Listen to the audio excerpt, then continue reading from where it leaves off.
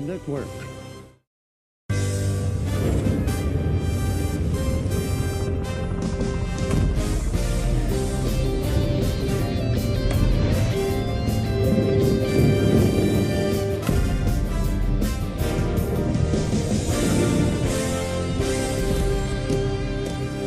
It's a great look at Boston, one of the great cities in this country. Now, it's a little overcast, so you can't exactly say it's a picture-perfect day, but when it's time for baseball, it's always sunny.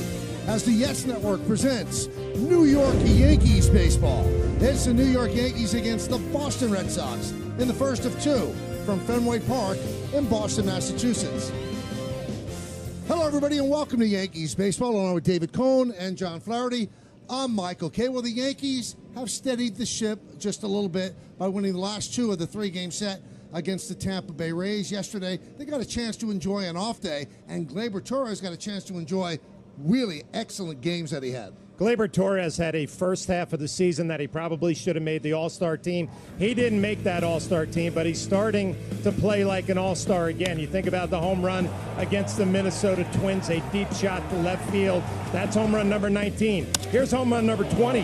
That's a swing you want to remember for Gleyber Torres. Down and away, driving it the other way, and then finishing up with his 21st home run of the year. The Yankees had an All-Star type player at second base. They got him back again now. Some of the numbers kind of jump out at you and you realize how special what he's done. 3 seasons with 20 more home runs through the age 25 season. Mantle and DiMaggio only did it more. 21 home runs this season. That's third among the major league second basemen. Altuve first, Semien second, and multiple hits in back-to-back games. It's only the second time since July 9th. So the Yankees try to keep the streak going, and win the first game of this two-game set. They send their ace out to the mound, Garrett Cole. He's also working on longer rest because of the rain out the last week. And the bottom line is if he pitches anything like he did against the Twins, they'll take it. Yeah, it was the second time in his Yankee tenure that he struck out at least 14 batters, so that's a big number. And you know that you're feeling good when you come out on the mound and you simplify your approach. Let's challenge with the fastball and go up the ladder. Let's get a good breaking ball for a swing and miss, and then occasionally mix in a changeup. So to me, a much more simplified approach for Garrett Cole. He only needs about 3 pitches with that power arsenal. That's enough. He pitched 2 outs into the 7th, allowed 5 hits, just a run. He only walked 2, and as David mentioned, 14 strikeouts, 108 pitches. That's the second most he's ever thrown in a game in the regular season. Well, the Yankees are feeling better, and some of their injured players are starting to feel better. How close are they to returning? Meredith Marakovits has more when we return right here on Yes.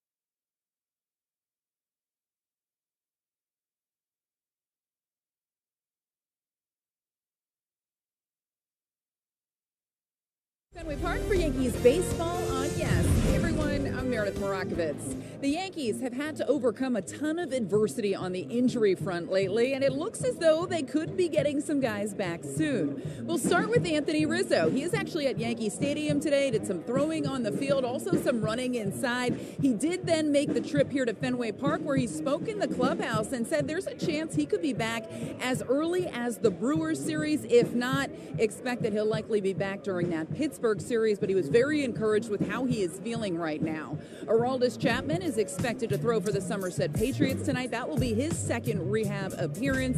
Aaron Boone said the Yankees will then see where he's at after that and make a decision. Luis Severino is expected to get his final rehab start on Thursday. Then he'll join the Yankees rotation thereafter. Scott Effross threw a bullpen here at Fenway earlier today. He came through that fine. He's expected to throw a live session either Thursday or Friday. Miguel Castro continues his rehab appearances. And also noteworthy, Zach Britton moved back to AAA. Aaron Boone said he still needs a couple of appearances till he can be considered a legitimate option. Aaron Boone also noted that he doesn't want to put too much pressure on Britton getting back this season, but if he is right, that could be quite the option out of the Yankees bullpen. And Harrison Bader continues his rehab assignment for the Somerset Patriots. Plenty more to come here on the Yes Network. When we get back, Michael Kay will be joined by John Flaherty. First pitch coming your way after the break.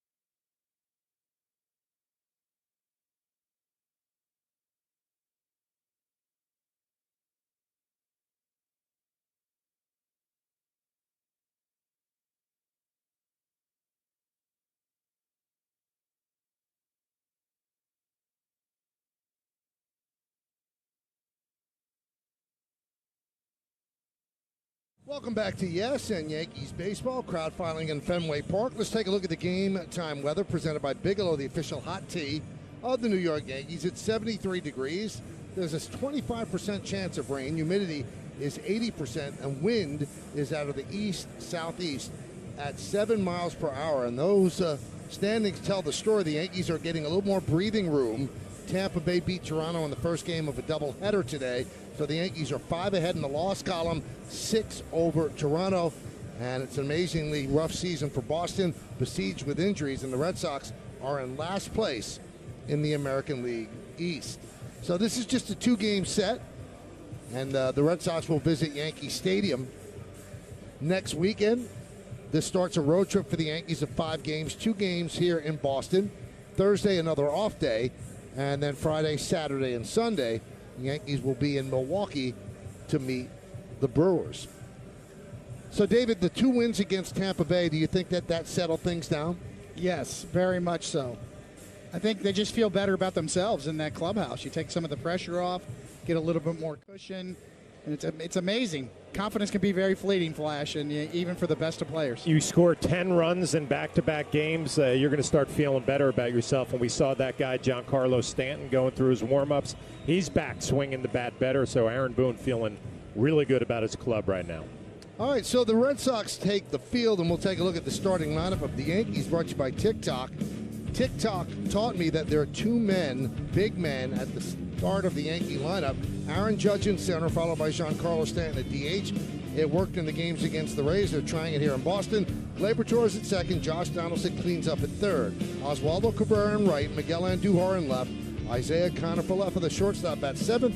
Batting eighth and back is the catcher Jose Trevino. He missed the weekend series on paternity leave. And the first baseman Marwin Gonzalez will bat ninth. And that squad will face that pitcher. Yeah, Nick Pivetta, the tall right-hander on the mound at Fenway Park tonight. This will be his 29th start. 155 and a third innings. 20 home runs given up on the year.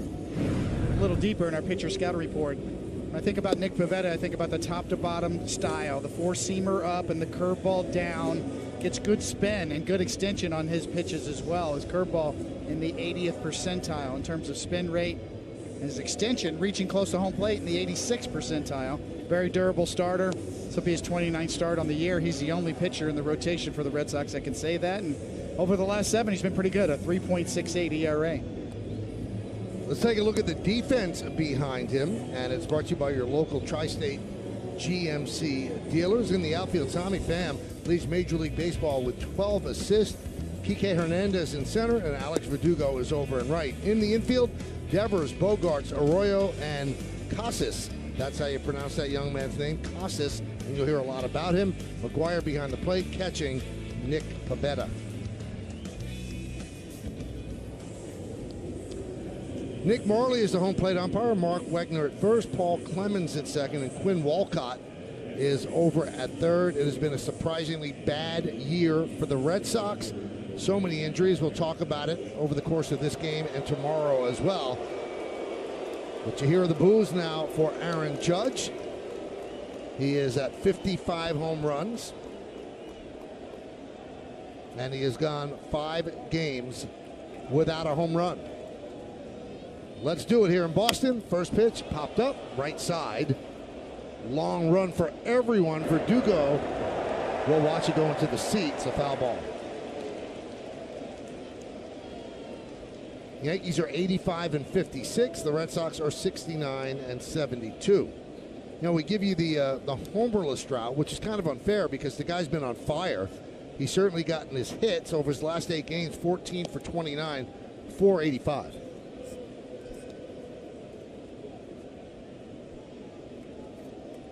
And 606 plate appearances as Aaron Judge has posted up this year. And there's a strike, 0-2. You know what? It just seems like the home runs are a byproduct of good at-bats day in and day out, 4 or 5 of them every day. And David, all year long, I've been saying the guy just doesn't go out of the strike zone. Oh, and by the way, he's a good 2-strike hitter behind in the count, 0-2. Grounded to third. Devers across the diamond gets Judge. 1 away.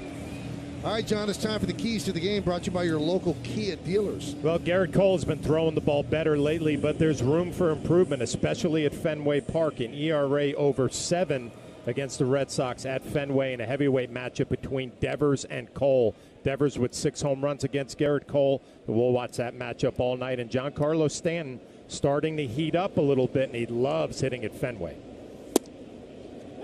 And there's a strike. 364, 7 bombs, 24 RBIs at Fenway Park. So a hot hitter coming in and loves hitting up here in Boston. 0-2. Now, David told you that Pivetta has been pitching better of late, but in his 3 starts against the Yankees, an 11.48 ERA.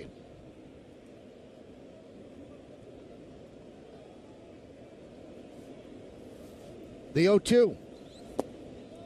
1-2. Pivetta is 29 years old, 6 big league season. has not missed a start.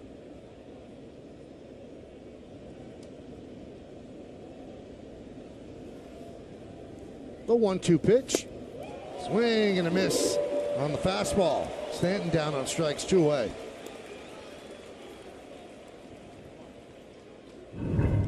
Four-seamer up, curveball and slider down, and this is really well located up and out of the zone. Gets Stanton to chase.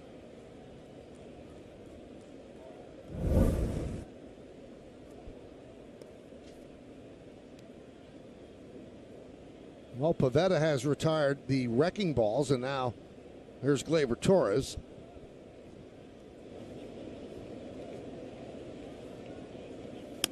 Right in on the thumbs, fouled away. Guys, I'm looking around Fenway Park, a lot of empty seats, right? With the Red Sox being in last place, having a down year, and the Yankees coming in first. There's not the usual buzz or energy that we're used to when we come up to Fenway.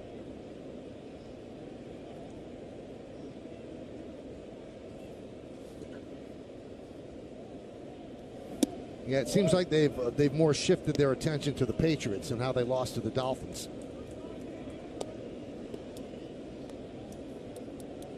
Still got time. You can drive up here from Jersey, hit StubHub.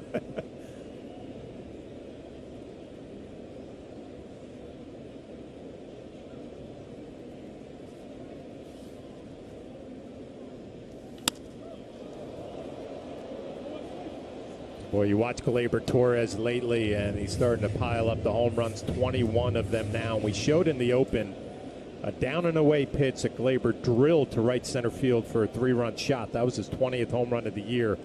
That's the swing that if he can go back to day in and day out, he's going to be a force coming down the stretch. All right, let's take a look at the home plate umpire. They've changed it. It's now Mark Wegner. He's hitter friendly. He calls fewer inside strikes, fewer low strikes. Mark in his 25th big league season. So Morley was originally the home plate ump. Now he's at first. Everybody else remains the same.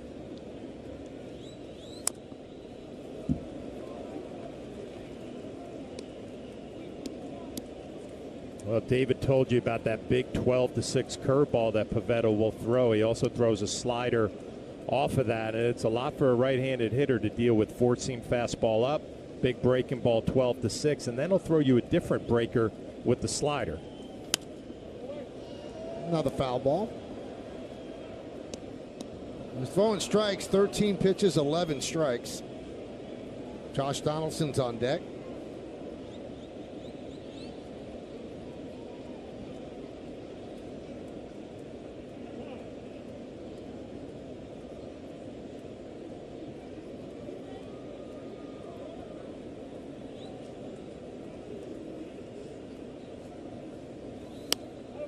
Another foul ball. A little trickery out there. Quick step? Yes, quick pitched him. Normally a high leg kick. That time, no leg kick.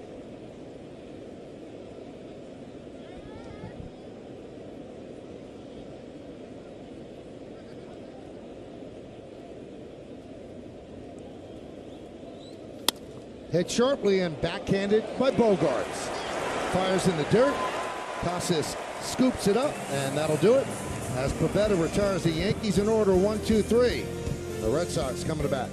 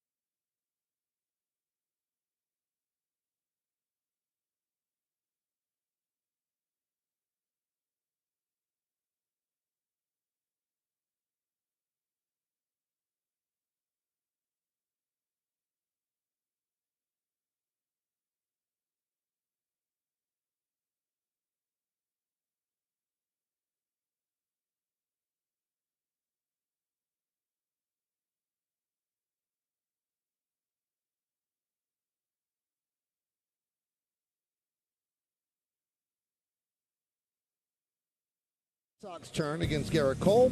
And the Red Sox starting lineup brought to you by TikTok. TikTok taught me. Tommy Pham in left will lead off.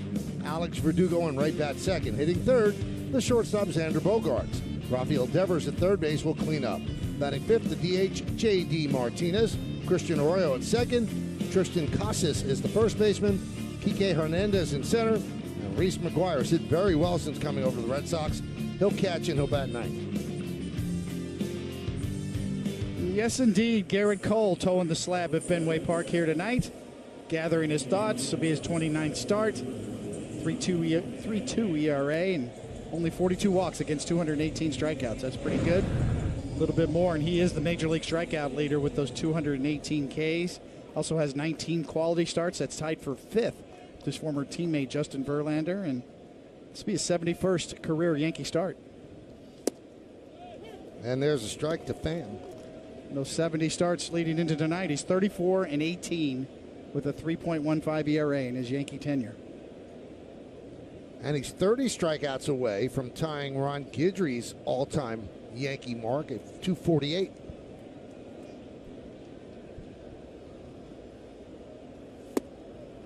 Oh, 2.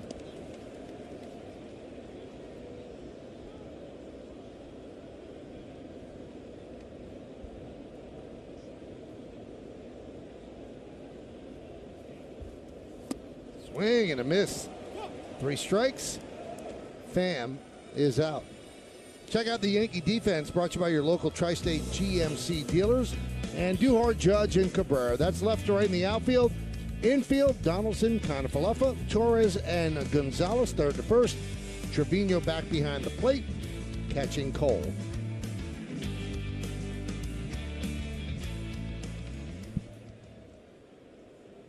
So here's Verdugo. He's moved to right field after the acquisition of Pham.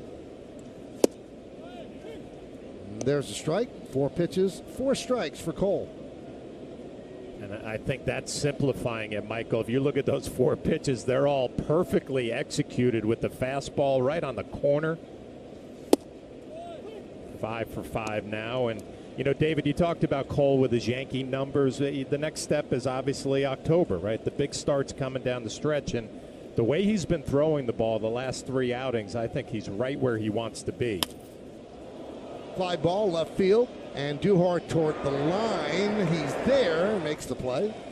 And I guess my question to you, how important is it to come down the stretch feeling like everything's locked and loaded, or, you know what, it doesn't matter in October, I can flip a switch? No, I think it does matter. Yeah. It's a great point, Flash. And, you know, as you see, Xander Bogaerts coming up. I think he's simplified his approach. If you remember Garrett Cole earlier in the year, he was toying with a cutter. There was 5 different pitches. Kind of the nutty professor out there, and he can do a lot of things. He's that talented. But to me, the 3-pitch mix, that slider for swing and miss is his best secondary pitch. Challenge guys with your fastball early. Mixing your changeup to lefties the 3rd time through. There's Bogaerts. And another strike. 7 for 7. And an occasional knuckle curve we've been seeing more early in count for that get-me-over strike. So I agree with you. It's fastball. Everything kind of comes off of that pitch. First one out of the zone, 1-1. And if you look at Garrett's last 3 starts, a win against Oakland, a loss against the Angels where he threw 2 bad pitches, I thought. One of them was the Ohtani home run, and then a dominant game, the 14 strikeouts David told you about in the open against the Twins. 2-1. Did you guys have a good time out in L.A.? We did. Got Flash on the West Coast out there. Wait a second. Flash on the West Coast isn't a big deal. We had this guy on the West Coast. That was a bigger deal. It's been a long time. That used to be the Kenny Singleton, John Flaherty special. Kenny loved the West Coast. Did you see the Michael K. hat stretcher that they have out in front of the big A there? Wow. Wow. Bottom of the 1st inning. Here we go. Going to be a great 2 games. 2-2. Popped up shallow center. Judge is there, and he makes the play. And the Red Sox are retired in order against Cole. We'll go to the 2nd.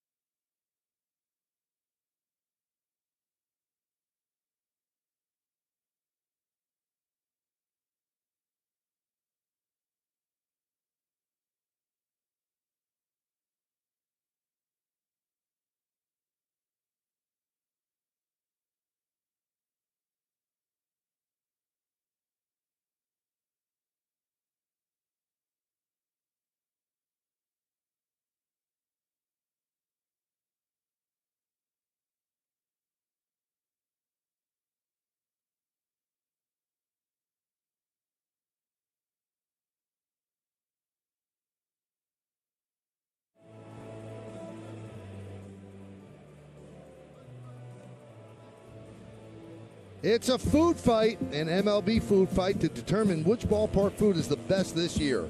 Fill out your bracket and vote for the Yankee Stadium Lobel Steak Sandwich at MLB.com/foodfight today.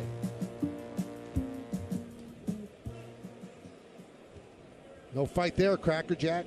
Always does the job. A little hot dog at the ballpark works too. As we go to the second inning, and Josh Donaldson will lead off against Nick Pivetta. And a strike. Birthday wishes have to go out to Bernie Williams. He's 54 today. Big Bernie. Big Bernie.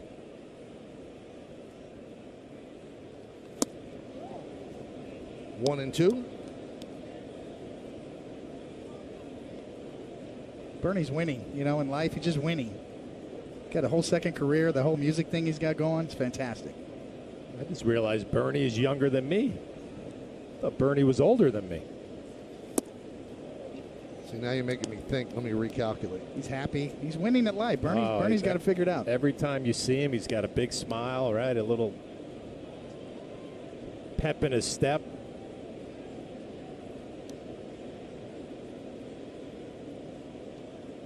Yeah, he's 54. 2-2.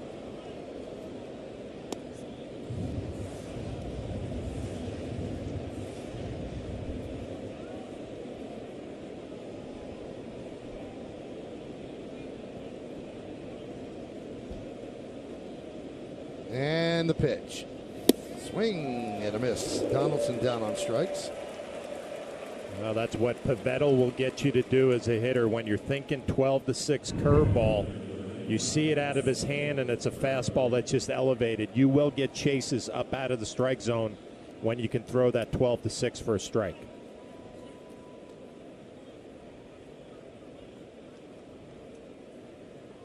And here is Oswaldo Cabrera. Now back. Put a number in that middle column. First home run at Yankee Stadium in the big leagues. You could read by his smile as he rounded the bases.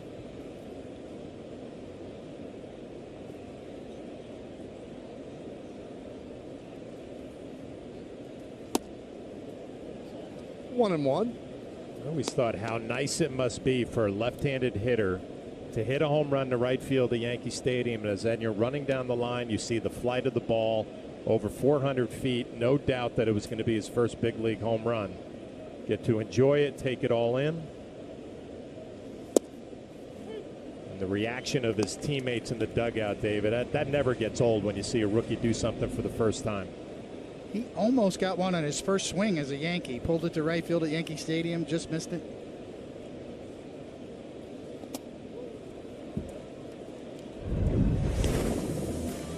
Here's a look back. Sunday, fastball middle down. A little bat flip.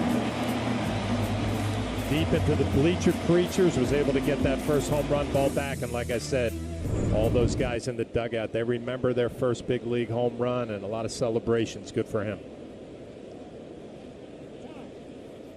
And they also gave him a break. They did not give him the silent treatment. He was immediately greeted. He's very well liked.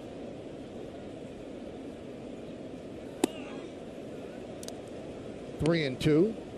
And Michael, he was able to get that ball back. He gave it to what he considers his second family who lives in Miami, so he was very excited to be able to do that. But you could tell after the game in the clubhouse when he was talking about it, running the bases, smiling ear to ear, how special that moment was for him.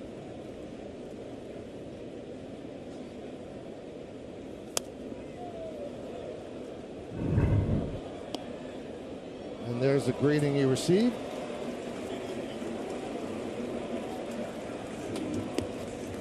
Do you still have your first home run ball, John? I do. It's against Pat Henkin back in the day. Grand name. When he was winning some of those Cy Youngs with the Toronto Blue Jays. But I guess I was bringing up Cabrera's first big league home run that he could enjoy it, because mine was a wall scraper at Tiger Stadium, and as a right-handed hitter, I pulled it. You know, you can't watch and admire, so it was a big sense of relief, and you move on. But yes, I do. I have that ball.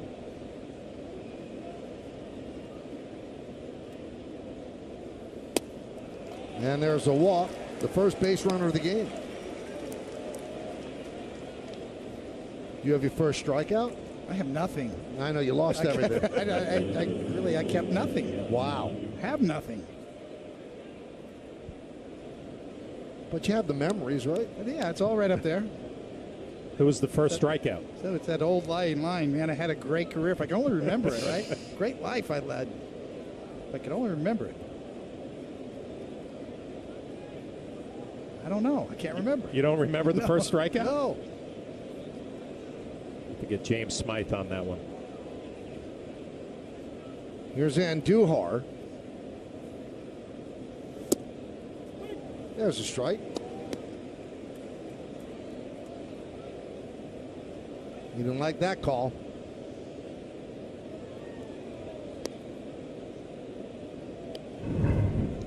Let's see if he has a beef. Yep.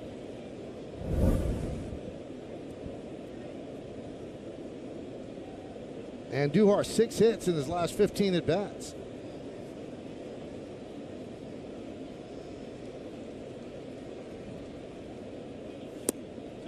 Did he go? Nope. 1-1.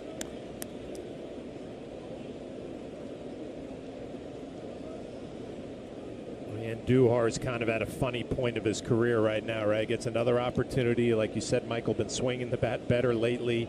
A lot of guys are going to be coming back for the Yankees. You don't know how it's all going to play out, but he's gone down to the minor leagues. He's hit when he's had some opportunities. Maybe he hasn't. Now he is hitting. You just don't know how this is all going to play out for him with the Yankee organization. Runner goes. No one's popped up. Shallow right. Verdugo comes on. Hustling back to first is Cabrera. 2 outs. There it is, John. Look at the batting average. 356. It would only go down from there. Just missed the upper tank, too. That was 4th or 5th row. The moonshot. Oh, look at that young man. Ooh.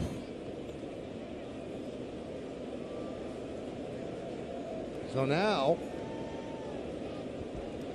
Cora goes out and talks with the home plate umpire. And let's see. Boston is challenging that the runner didn't retouch second on his way back.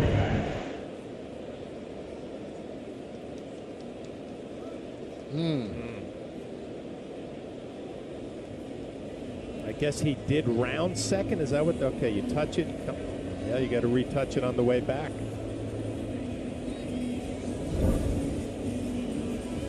Obviously, it wasn't a big turn around second. It was just maybe a half a step.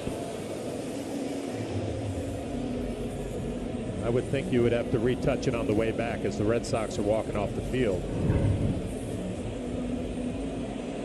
Now, is that rounding or? It's a half a step, but you could say he's on the shortstop side, right?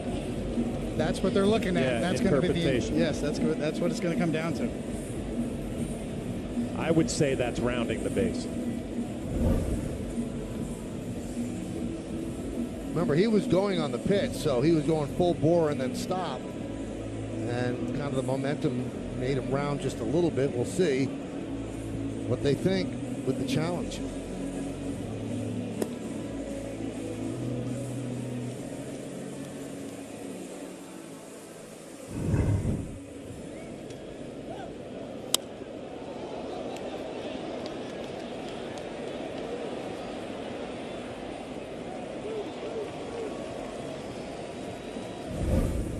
All these years we've been doing it, right? And you got something like this where you go, wait a second, did he round it? Did he not? Yes.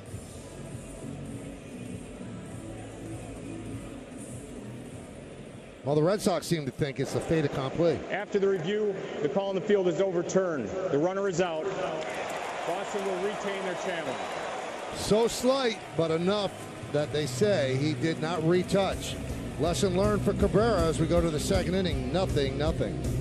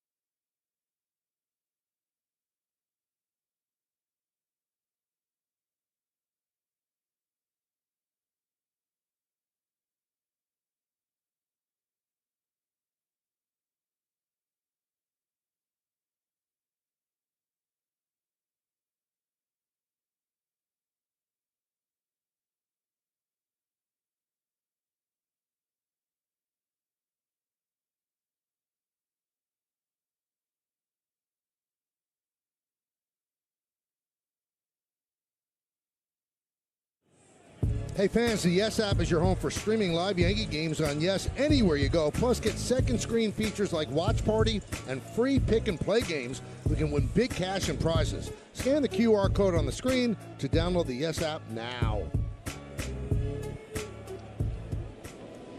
All right, we go to the bottom of the second.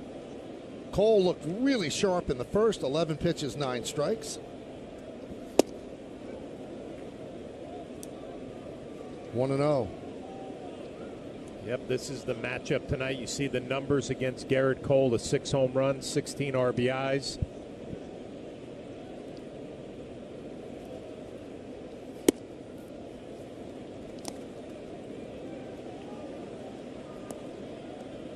Last time he faced him at Yankee Stadium, he flipped him in his first at bat, and Devers did not seem as aggressive at the plate after that.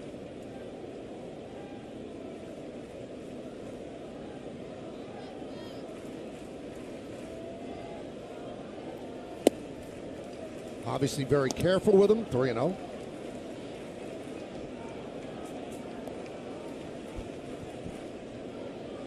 Red Sox have a pretty big decision to make with Devers. He's got the clock ticking toward free agency after next year. Swinging on 3-0, and he swings and misses. So do they sign him to a long-term deal? And they have a decision on Bogarts even sooner. He's going to opt out of his deal. Do they keep him here? He's a crowd favorite. He's been here his whole career. Be interesting. Ball 4. Doesn't it seem like that would be, if we're going to do one, we're going to do the other and keep these guys on the left side for however many more years? That is the decision to be made in Boston. They have tremendous resources here, tremendous ownership group. They can do just about anything they want. But you get the feeling that the better Mookie Betts plays out in L.A., that there's almost a makeup call coming. Are they going to go out there and get active on a frontline free agent? Here's J.D. Martinez, and Mookie Betts said during the All-Star game that if the Red Sox had offered him the same deal the Dodgers did, he would have signed. So there was some thought that there was no way he would have stayed in Boston. He said that's not true. He would have. Yeah, he said he enjoyed the East Coast, the passion of the baseball fans. They will always be compared to what if we would have kept Mookie or not, and what he's doing out in L.A. You got to look at Chaim Bloom, head of baseball operations for the Red Sox, and the big concern in Boston is he trying to get Tampa Bay Northeast here? Sky to right field. Cabrera gives it a look. It's out of play because if he is and he wants a lean, mean machine despite the ownership having a lot of money, then they will not go deep like that. They're trying to build the farm system and do what Tampa Bay does. That's where Chaim came from. This ain't Tampa Bay. Yeah, I was going to say it doesn't play up here in Boston like that.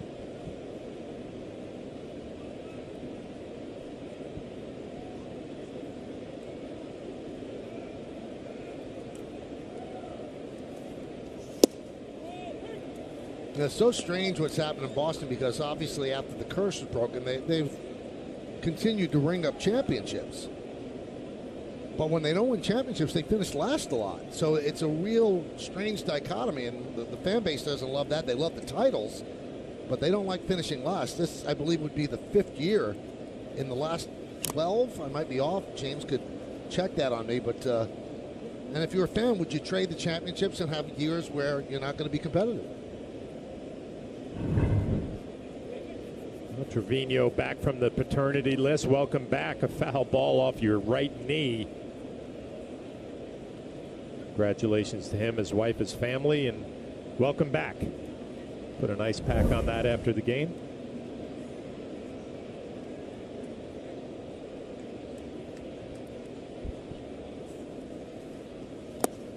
David, it was Danny Tartable, June 11th, 1986. KC against Seattle. Brand name. Yeah. The Bull. I got to believe there was a sweeping slider somewhere mixed in. Had to be a slider.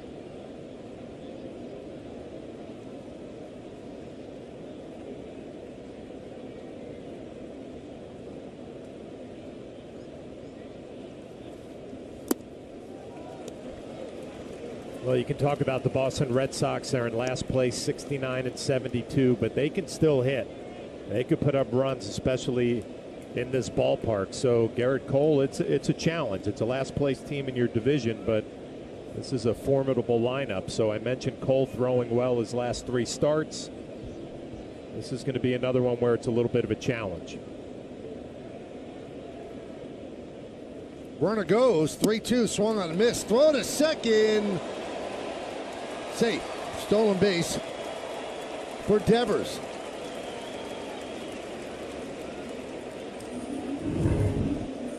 Well, Devers doesn't run a lot. This is going to be his 3rd stolen base. See him peeking in. The throw looked like it was on the shortstop side. The strikeout, the throw. Jeff Glaber has to go and get it, try to reach back. Obviously, you'd love to see a middle infielder get there early and be able to swipe the tag, but a good play just to get it on the shortstop side and try to get the tag. Yeah, I'd like to get into that a little bit with you, Flash, as the game unfolds in terms of the catching style of some of the new catchers down on one knee. Trevino, obviously one of those. And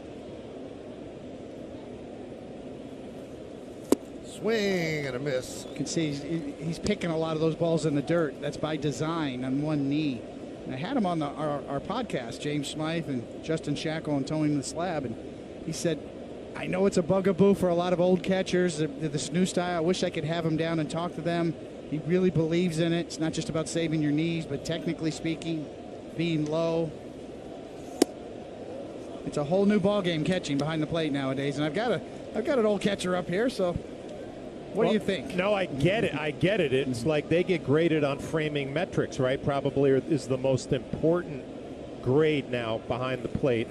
And, you know, when you talk to Tanner Swanson and all the Yankee coaches, they talk about working with the pitching staff first, which I love. That's, in my opinion, the most important part. But, David, there are balls that get away that take away the double play, right? And those were some of the nights when I would be in the clubhouse after the game, maybe with an adult beverage, where I'm like, you know what, nobody knows about that ball I blocked in the 2nd inning, but that double play that happened after it was an important part. The one knee down, glove is down, you're trying to get lower strikes. I get that, as long as you can take care of the ball in the dirt. And that's probably the biggest problem for the old school guys like myself. 1-2. They swear by the metrics that the pass balls are not up because of this. You know, they have it in their numbers. Now, certainly you remember the ones that are big. Yes. That get by and the run scores from third, or a base runner advances. But Jose Trevino was adamant about that. He wishes he could get some of the old school catchers down there and talk to them about it. You see a lot of these balls, they short hop. You know, they don't even get into the catching or in the blocking position. Certainly the framing runs, that pays off right there, and he's at the top. Is Jose Trevino in that category. But it's amazing when the Yankee analytics department explained the value of one stolen strike and how that can really relate to runs saved. Ground ball, Torres. He gets Arroyo. And Devers will move to third. All right, well, you threw it on me, so now I'm going to throw it back to you. As an old school pitcher, you have a guy on base with a catcher you know that's going to block the ball. You can really bang that breaking ball in the dirt. One gets away from you with the catcher on one knee who backhands it. It's going to get your attention, right? It is. I'm going to want to see the numbers, and they swear that the numbers are there, that you're already down on one knee, you're already low to the ground, you don't have to make the move to get down into the blocking position. And they actually feel like, in some ways, they're better off being on one knee, and certain pitches they can block. But you're always going to take note of the ones that get away, as I said before, that are big ones, and talk about Carlton Fisk or Thurman Munson didn't do it that way. Here's Casas, and the pitch is inside. So Devers is at third with 2 outs. From the bottom of the 2nd, nothing. Well, here's a classic situation. Runner at third, 2 outs. You know, if I'm behind the plate calling a curveball or a slider for Derek Cole, I want him to know, I got you. You can bounce this. It's not getting by me. And as a pitcher, that's got to be comforting. And you can see anything that's a short hop, he's going to try to pick, as opposed to a traditional blocking position and smother. High drive into left center field. That ball is gone. A home run for Casas, and it is 2-0 Boston.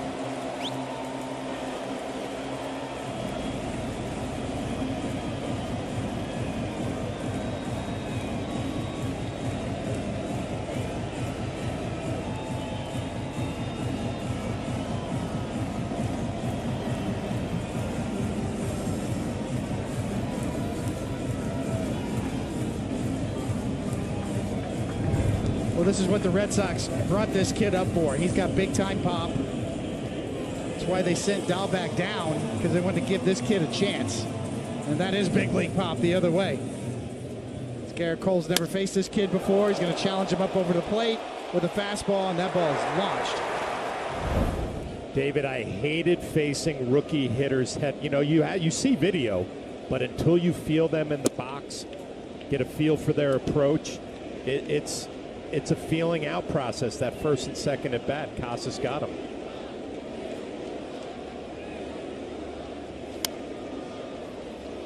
Hernandez fouls it away.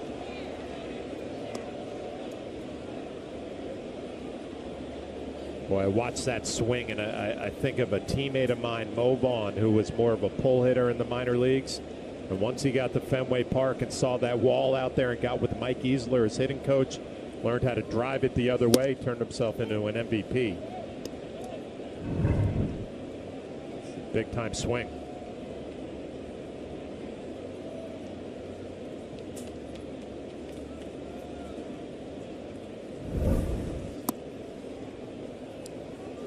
2-2.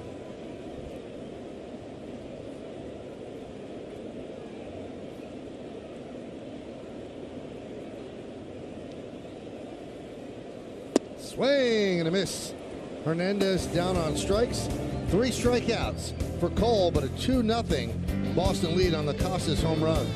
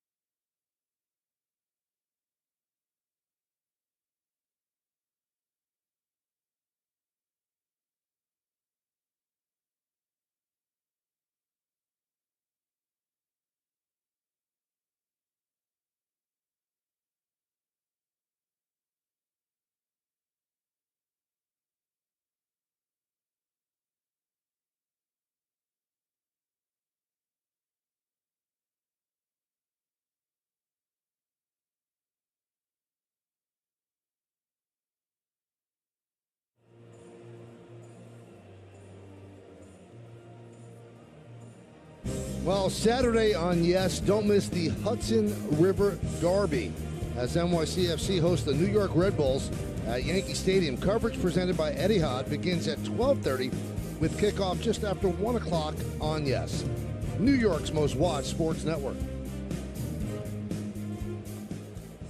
Here's Kiner Falefa.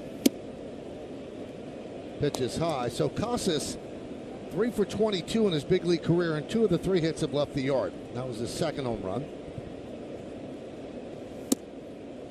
And there's a strike.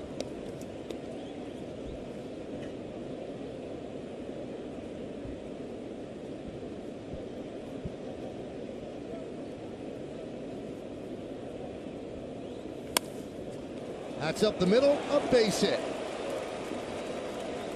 Flaherty leads off the third with a single, Yankees' first hit of the night. And that brings up Trevino. Well, you got to hang in there with his curveball because you know it's going straight down in the zone. We know IKF, a contact hitter, right back up the middle, lead off the third. Nice dig out. Hammered that ball.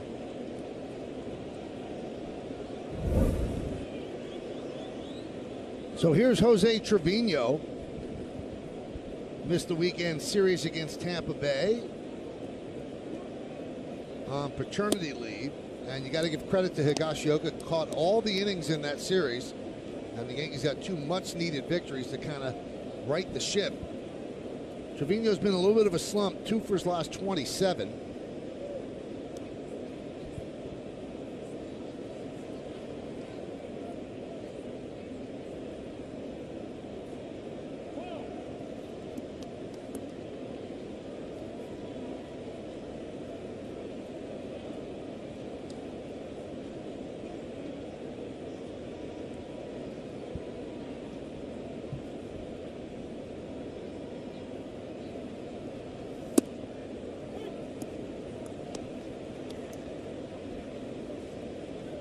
You're always looking for a little production from the guys at the back end of your order. Your IKF on base, stolen 18 bags this year. Trevino struggling a little bit. Don't mind seeing some action on the bases here in the third. Runner goes. Fly ball, right field. IKF heads back to first. He makes it. As Verdugo makes the catch. Always appreciated that as a manager who was thinking maybe, oh, you're struggling at the plate a little bit. I'm going to get some guys moving for you. Try to put the ball in play. Unfortunately, Trevino worked underneath it. Fly ball to right field. I can see what Aaron Boone's thinking down in the dugout. Yeah, especially with Kiner Falefa on the bases. Here's Marwin Gonzalez. 1 on, 1 out. Pitch outside. 1-0.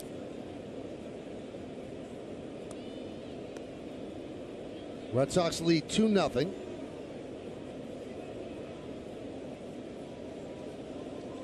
know, Michael, you brought up an interesting point earlier, and when we were talking before the game, is who's the most important player the Yankees have on the injured reserve list right now? And make an argument they're first baseman. You don't know till you know, right? Yeah. We need a first baseman. Marwin Gonzalez is doing a great job. He can play all over the place. That's sort of his calling card, but he's not a first baseman. Kind of a big deal.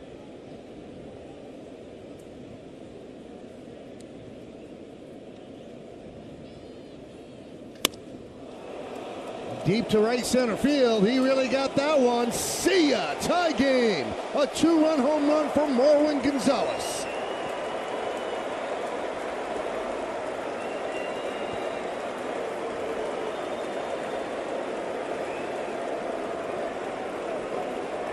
Never mind.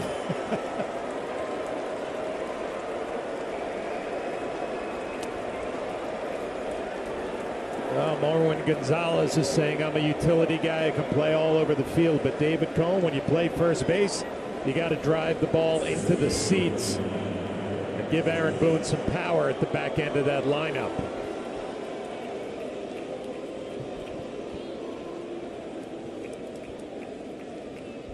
It's no cheapie in this park for a left-hander. That's his 5th of the year. Here's Judge. Fastball, middle up.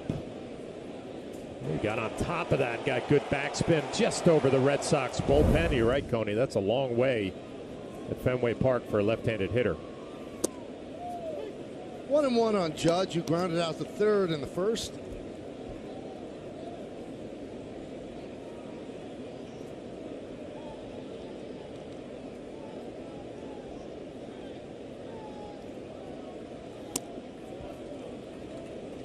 Two and one.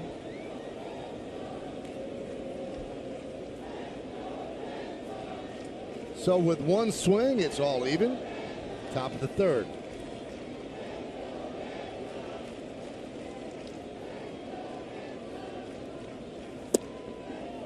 Three and one on Judge.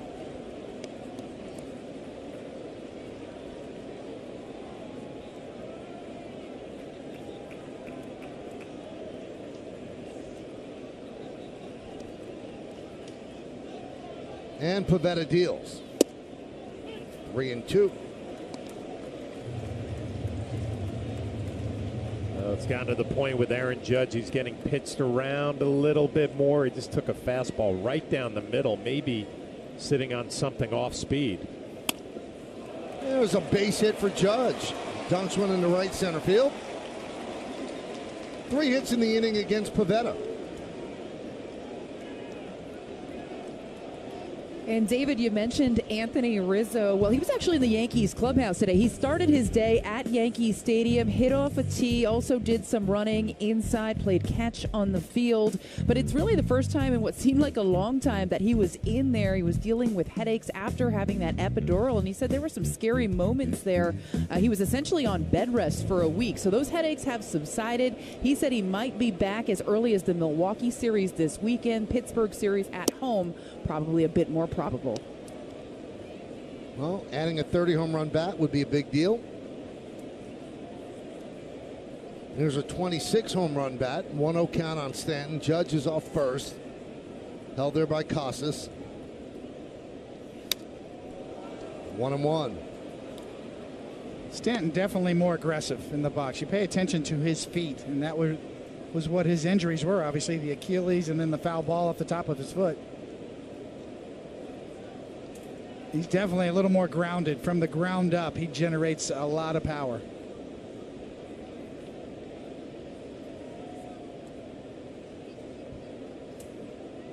Runner goes. Throw to second. Got him.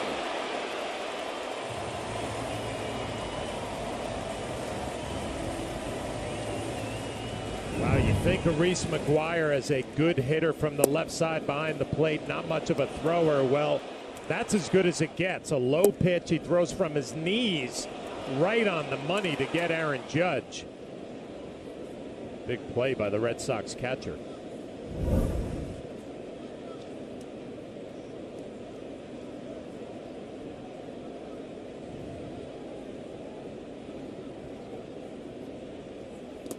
Did he go? Yes, he did. 2-2 on Stanton. You see Giancarlo Stanton take a peek down at the first base umpire, not happy with that call, and I don't blame him. 2 balls, 2 strikes, 2 outs, 2 in already this inning. 2-2 game. 3-2.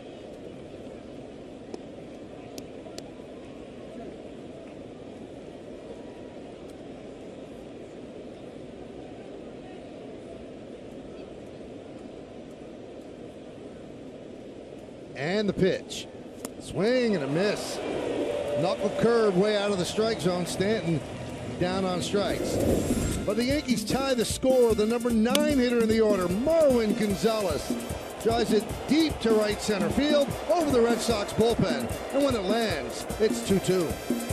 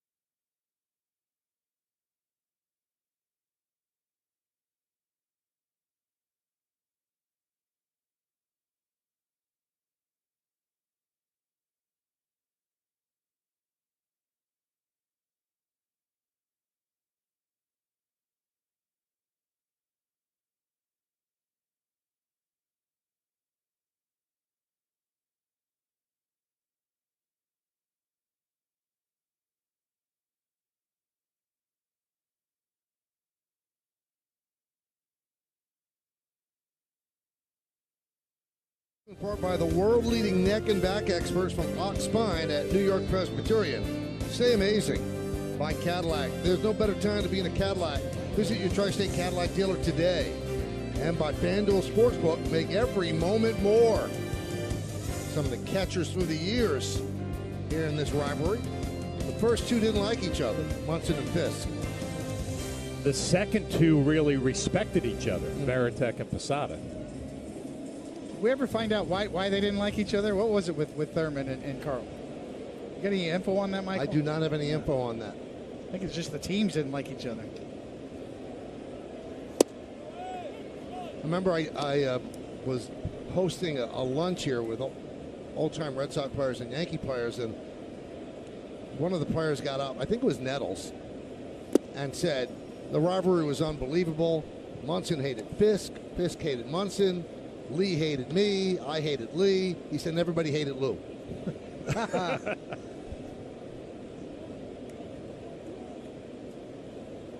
1-1. Drilled right down the right field line. Fair ball, it's gone. It is gone. A home run for McGuire. And it's 3-2 Red Sox.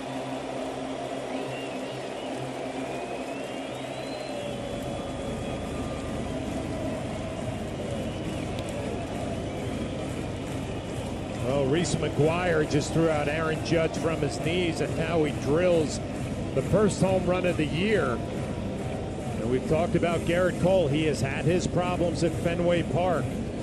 He's getting beat up with his fastball so far tonight.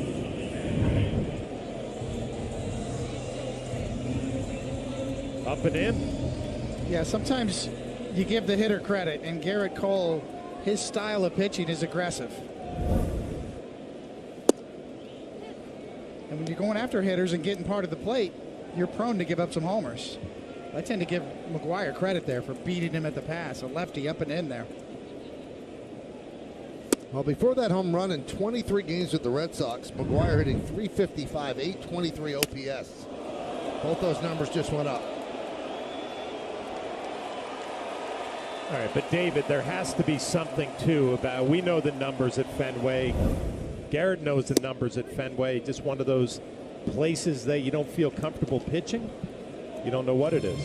It's hard to say. I mean, you got a rookie first baseman that took him deep, and now you got a catcher that took him deep. So it's almost like he's getting beat by the guys you didn't expect he would get beat by. Maybe getting a little aggressive, getting more of the plate.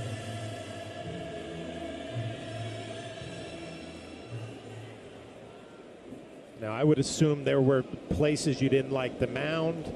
You didn't like the way when you looked into the catcher, how it looked. I know from a hitter standpoint, I would walk into certain places, couldn't pick up the baseball, didn't like the back, whatever it is.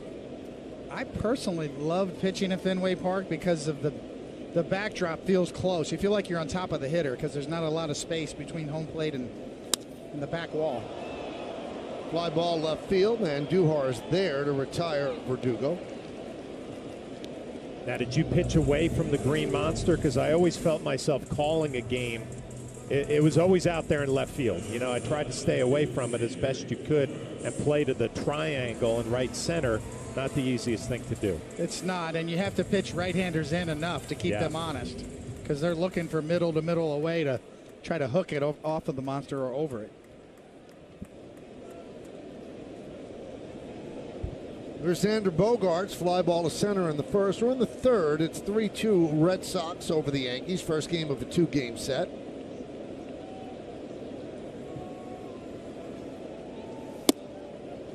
Remember, a common theme in every pitcher-catcher meeting in the clubhouse at Fenway.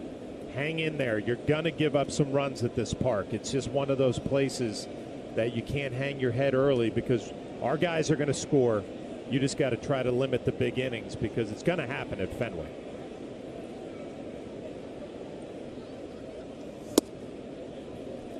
Sort of the catfish hunter theory of pitching. You give up some homers, you hope they're solo shots.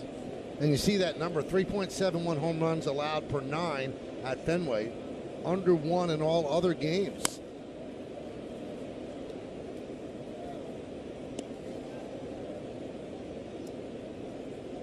I think both of those home runs, though, would have left any park. They were hit well. They weren't Fenway home runs.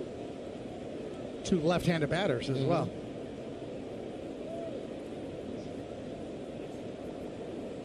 So 1-2. He does not go around.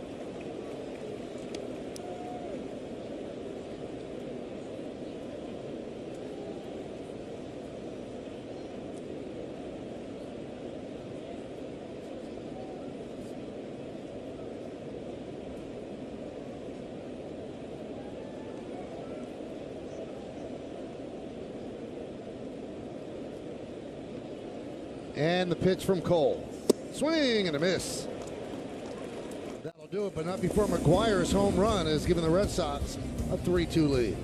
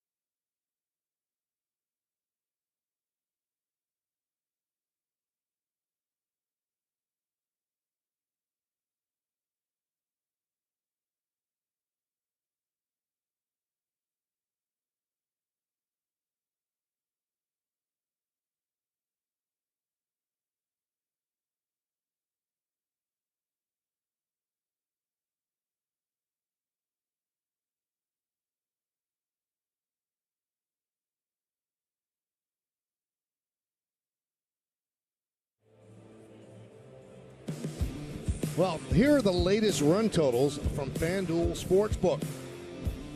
See those run totals? We are at Fenway. Right now, new customers can get a no-sweat first bet up to $1,000. Download the FanDuel app and start making every moment more. Audi scoreboard, we go to the fourth inning. Boston 3 and the Yankees 2. Gleyber Torres will lead it off against Nick Pivetta. Breaking ball with no bite. 1-0.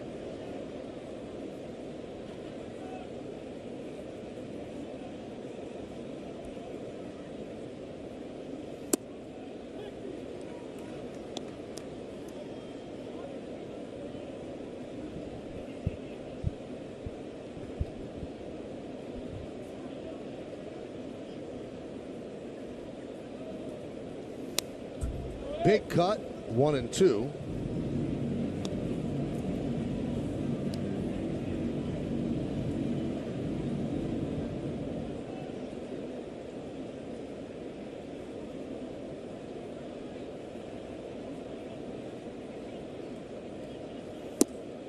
Missed outside, 2-2 on Torres, who grounded to short in the first.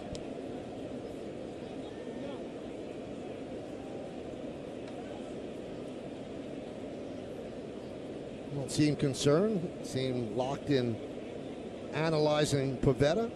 The 2-2. Another ground ball. Bogarts gobbles it up. One away.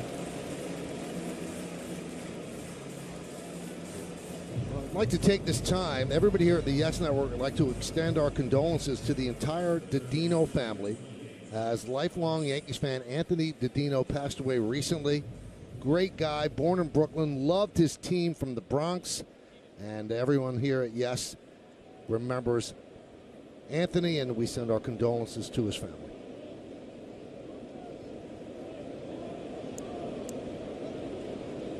Here's Josh Donaldson.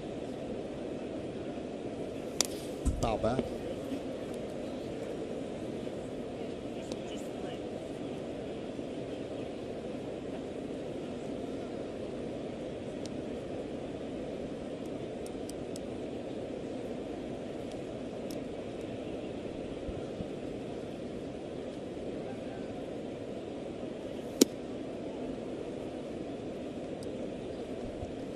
John, what are they talking about in that dugout? It's animated.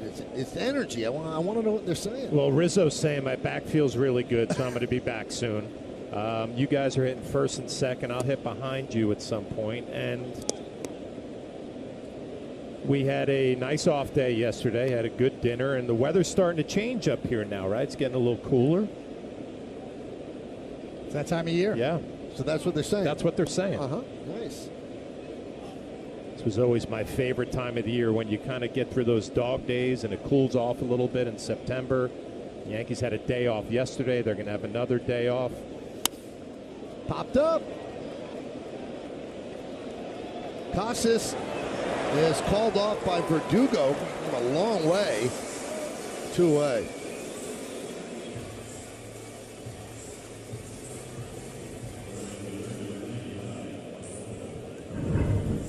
The happiest guy here is Casas. Thank you. Did not want that one. Even though he was there, he probably could have made that play.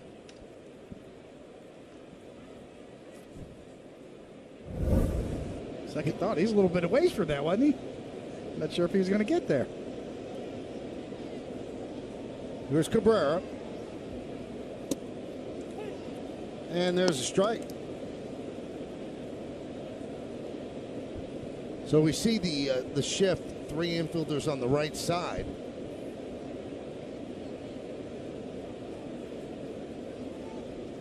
Now with next year's new rules, you have to have 2 infielders on each side of second base, but on MLB Network today, they were talking about that's not going to take away the guy in short right field. They're just going to put the left fielder in short right field and play with 2 outfielders. Well, there's risk reward there. Yes. Because you're giving up something to gain something. It will be interesting to see how it works out. It might not end up being as big a deal as you think it is. But to me, the headliner far and away is the pitch clock. That is the headliner. Swing and a miss in the dirt. McGuire gets an angle. Put out 2-3. Yankees go down in order 1-2-3. And we'll go to the bottom of the 4th.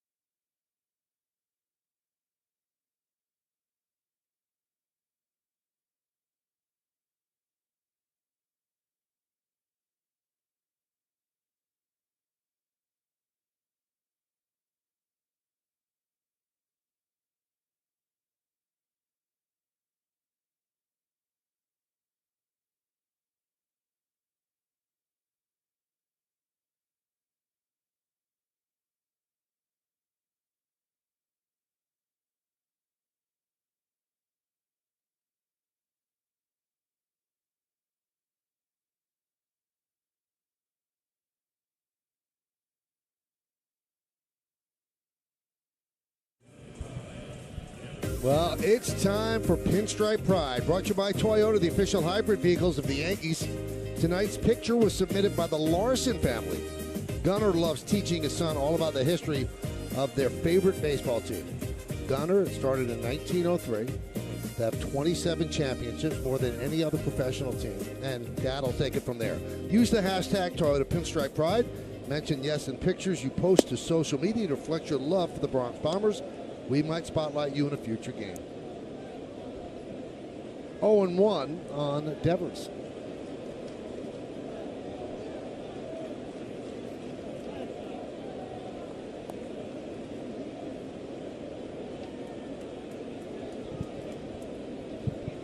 Devers walked in the second, stole a base, and scored on the Casas home run.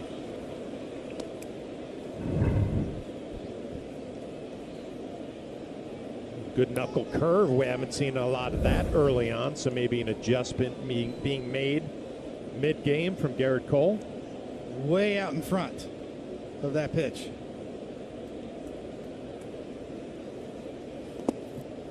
One and two.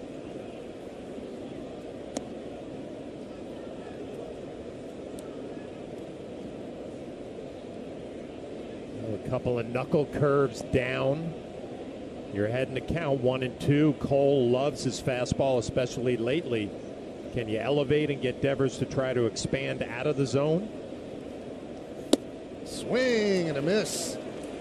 99 miles an hour. Devers down on strikes. David, I always think of you when he's always a fastball hitter, but what about my fastball? Yeah. Pitching bad to his strength. He's gotten a few of them away by Devers. But context is everything. The knuckle curve mixed in the middle there kind of just set everything up. And Michael Flash came to play tonight. He's on it. He's calling things. He's got a crystal ball up here. He feels invigorated just sitting next to him.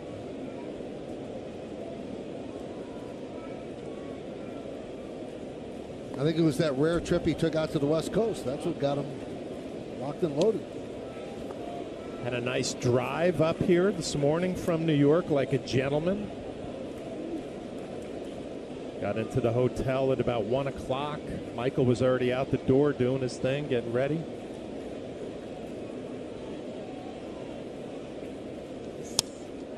You talk radio guy in your car, or you listen to music? You satellite music guy? What are you? You know what? I listened to talk radio until it faded out a little bit, and then I tuned into a podcast that my daughter Kristen turned me on to. So I went from the sports to the intellectual a little bit, try to trick them for about an hour and a half.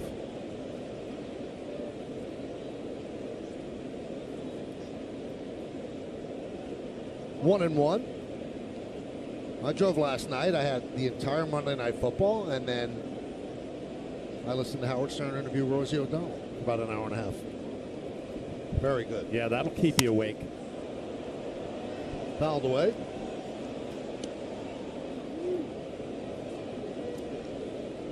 All right, so now we know how both of us got here. How about you? Private jet. No, not private.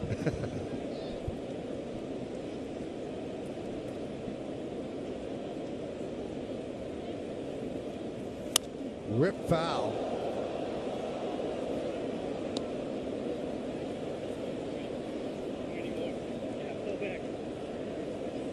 I'm an 80s music guy, though. You know, I listen to First Wave on satellite radio, something like that, you know. Echo and the Bunnymen. Fly ball right center. Judge is over. Makes the play. 2 outs. It's my high school years, Flash. It was like, you know, when disco and rock and roll were banging heads, kick out the jams. You know, that's when New Wave came in, just snuck right in. I can totally see you with the New Wave. Little parachute pants. Yes. Yeah? Mullet. Had the mullet working. Little flock of seagulls. Flock of seagulls was big. There's Arroyo, bottom of the 4th inning, 3-2 Boston.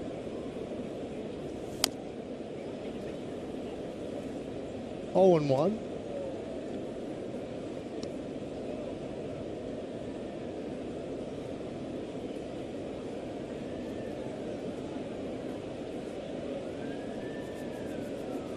Speaking of mullets, have we seen Harrison Bader's new haircut? Short, right? Wow, from the St. Louis days, we see that foul ball straight down. That's why you wear a guard in there. Yeah, he's a different looking guy.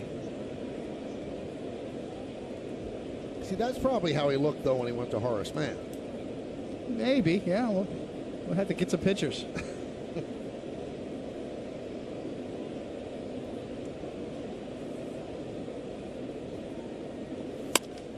Grounded to third, Donaldson. And a 1-2-3 inning for Cole. He's retired 6 in a row. After the McGuire home run, we go to the 5th.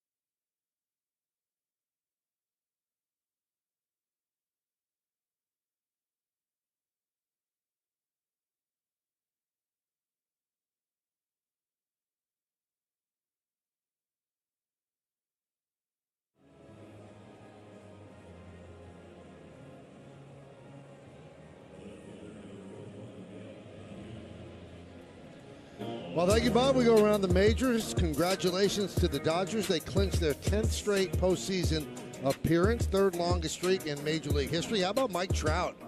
Homered in 7 straight games, one shy of the Major League record held by Dale Long, Don Mattingly, and Ken Griffey Jr. And Max Scherzer expected to be activated off the IL on September 19th. He's dealing with weakness, left oblique.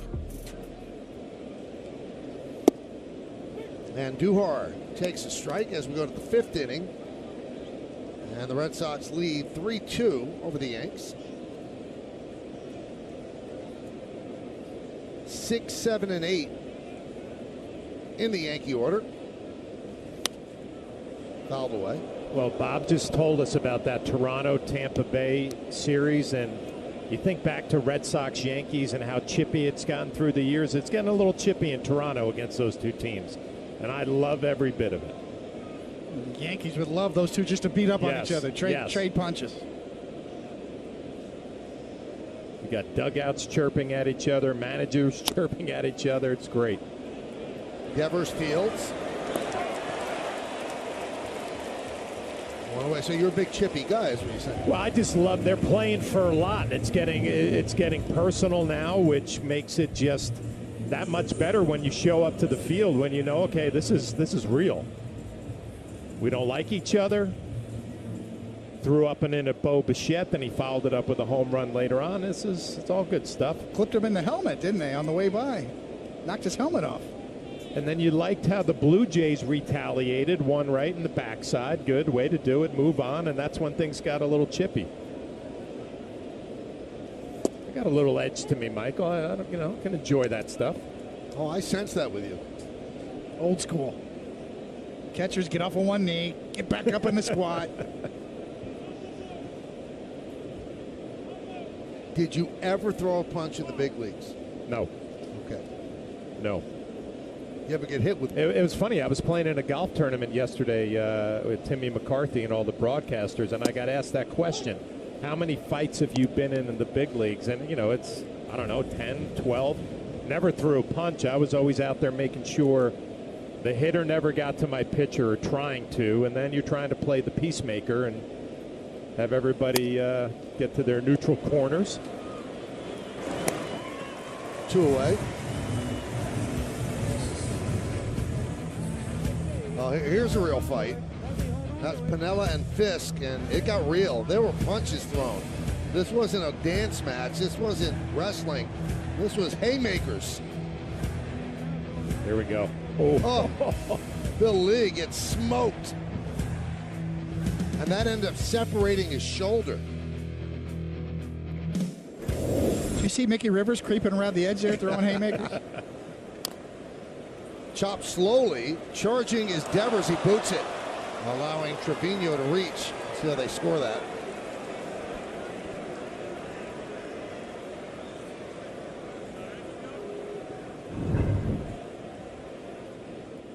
Devers coming in, probably had more time, but went with the do or die, and he doesn't come up with it. This is one of the reasons why I like StatCast outs above average in terms of defensive metrics. They really grade you on how well you come in. One of the big parts on the left side of the infield is these kind of plays. Shortstop, third base. We tend to think about range as left and right, but coming in, a big part of how that is graded, and a big part of that was a hit right there. I'm not so sure about that with the catcher running. Generous call there. What are you trying to say, a catcher running? Tell you, David, we've got prime flash today. Yes, he came to play.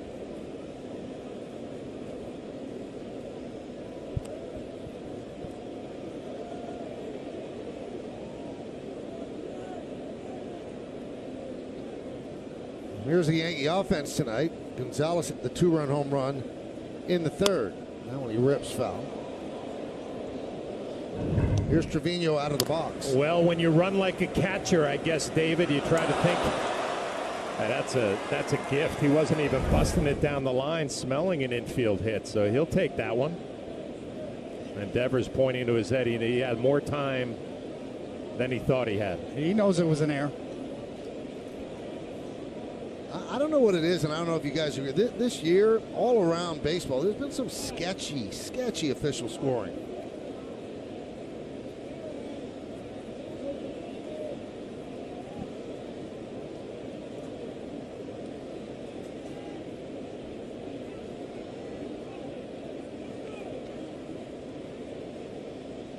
One, 2-1. Well, Marwin hit the home run in the second. We'll look at the exit velo presented by Spectrum Mobile. Go to SpectrumMobile.com today. 410 feet, so it was legitimate. Exit velocity of 103.5.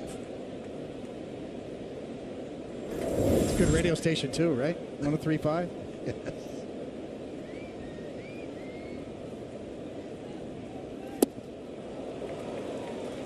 Looks like he might have hurt his wrist. I think Anthony Benintendi, right? When you see a swing like that and the shake of the hand, hopefully Marwin's going to be all right.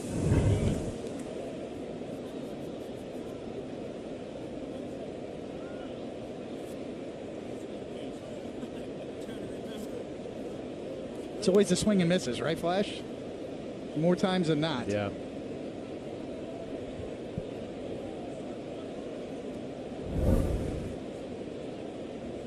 Boone looks concerned. You know what it is, David, too? Sometimes you load up the pine tar and yet you swing and miss and it grabs, and you don't release with your hand like you normally do.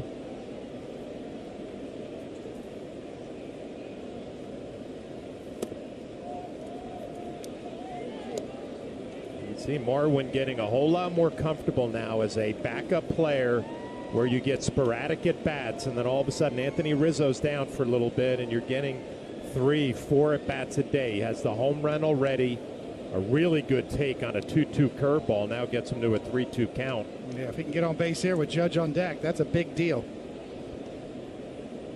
So Trevino will go from first with 2 outs. 3-2 count on Gonzalez. Strike 3. Marwin does not like the call, and that is the end of the inning. No runs a hit, no errors, and 1 man left. The end of 4.5, we're halfway through. It's Boston 3 and the Yankees 2.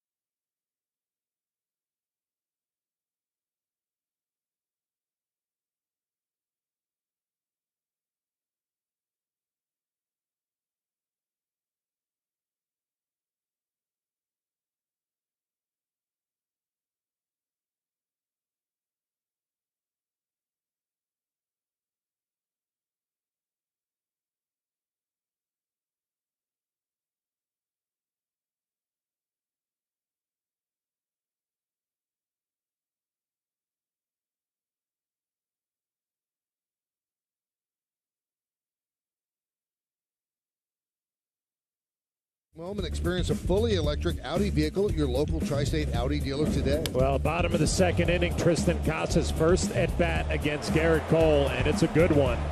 2-0 fastball drills it the other way for your Audi electric moment. And he's going to lead off here in the bottom of the 5th inning. David, I mentioned I hated seeing young hitters come to the plate where you don't really have a good feel for what they want to do, their approach. Obviously, a 2-0 fastball, Cole challenged him, but this will be a fun at-bat to see the adjustments that Garrett's going to make. Yeah, Garrett's given up 2 hits. One to this guy, a 2-run home run, and the other to McGuire, a couple of lefties. It'll be Casas, Hernandez, and McGuire, bottom of the order here in the 5th.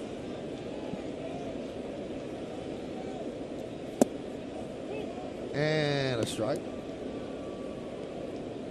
Boy, that strike 3 call on Gonzalez looms so large, because if that's ball 4 as he thought it was, then Judge comes up with runners on first and second. Hard to pitch around him at that point.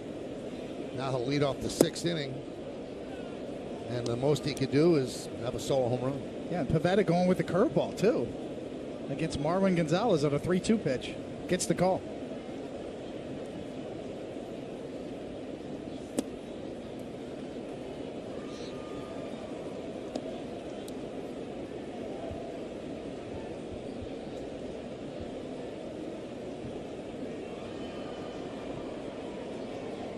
The Yankee righty deals. 3-1. Yeah, in the old days, there used to be conversations about young hitters. Let's see if he can hit the breaking ball. Right? You know, everybody gets to the big leagues, they can hit the fastball. But now with all the information, they're well prepared for these at-bats. Garrett Cole trying to go off speed, falling behind in the count 3-1. And Casas with a leadoff walk. Chased him right off of his fastball. Yeah. Nothing but off speed the entire at bat.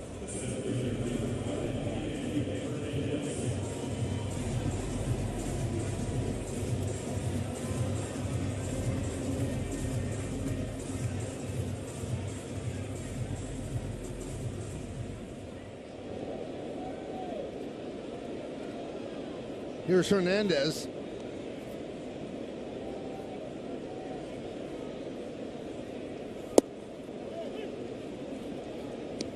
Kike in the second season of a 2-year, $14 million deal, which really was a good deal for the Red Sox. They recently signed him to a 1-year, $10 million extension. Now, a guy like Hernandez that can play all over the place could have had a nice free agent bidding war, but he said that Chaim Bloom assured him that next year things will be better, and he wanted to be here for it.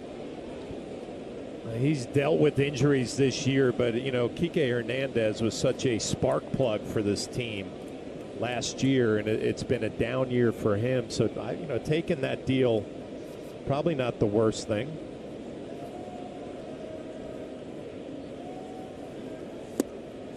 And he goes down on strikes, so struck out twice against Cole tonight.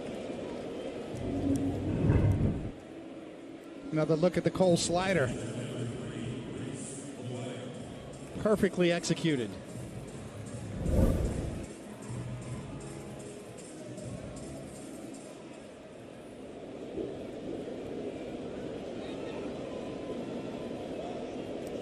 Here's McGuire. His home run in the third. Runner goes, throw to second. Not in time. But they're saying that, at least McGuire's saying, I hit Trevino's glove.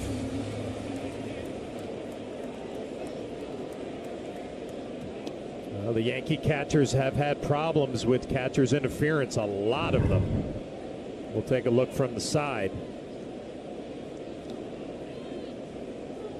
Got him. No?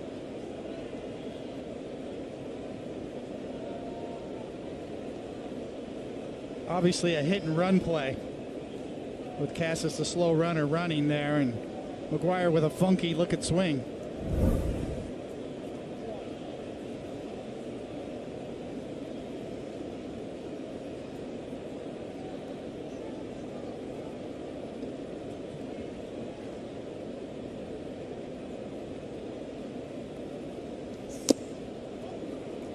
Oh, and 2.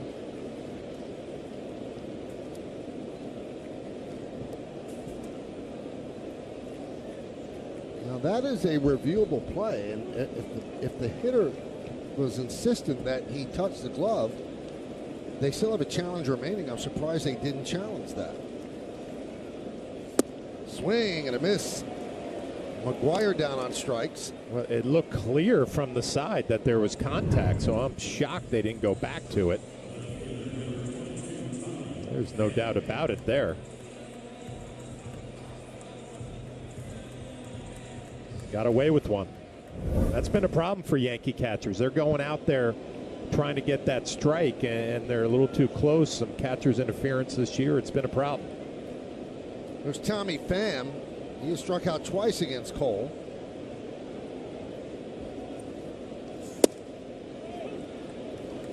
And his last strikeout, that was his 8th. Cole's 8th strikeout is brought to you by your Tri-State Audi dealers. Stop in to see the redesigned 2022 Audi A8 today.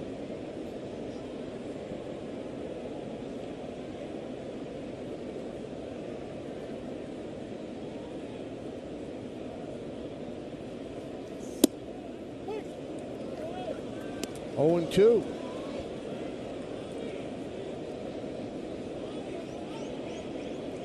(14 of 19 first pitch strikes. He's had 4 3-ball counts, go along with the 8 strikeouts.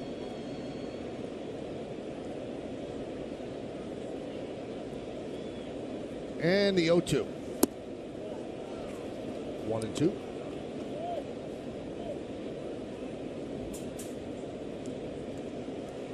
Had a good one of those today, a good slider. 8 swing and misses on his slider, 7 on his four-seamer, and 17 overall for Cole so far.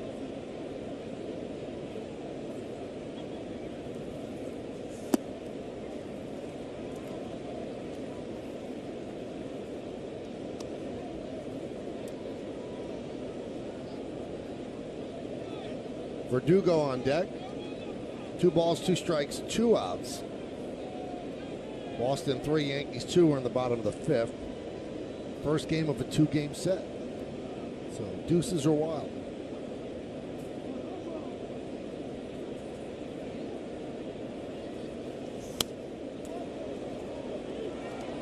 Still 2 and 2.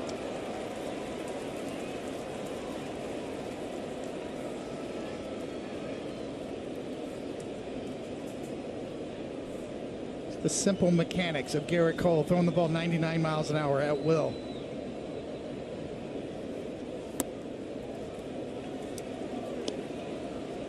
Missed with that slider, so the count 3-2. I really think that's one of the reasons why he's so durable. It says repeatable delivery, simple, pick it up, pick up that leg, put it down. Doesn't look like he's really efforting to get to triple digits or upper 90s. Swing and a miss. 3 strikeouts in a row for Garrett Cole. 9 on the game. We're going to the 6th inning. Red Sox 3 and the Yankees 2.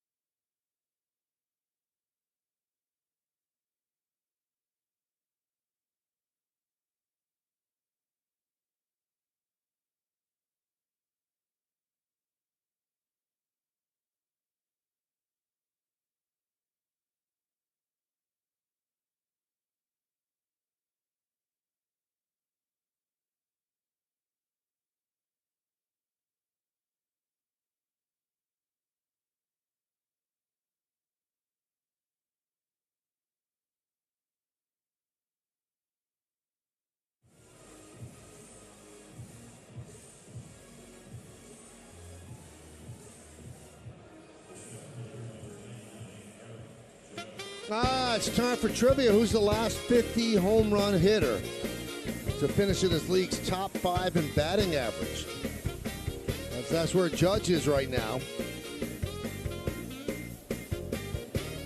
308 with 55 home runs. The Montefiore Einstein scoreboard. Boston leads 3-2 as we go to the 6th inning.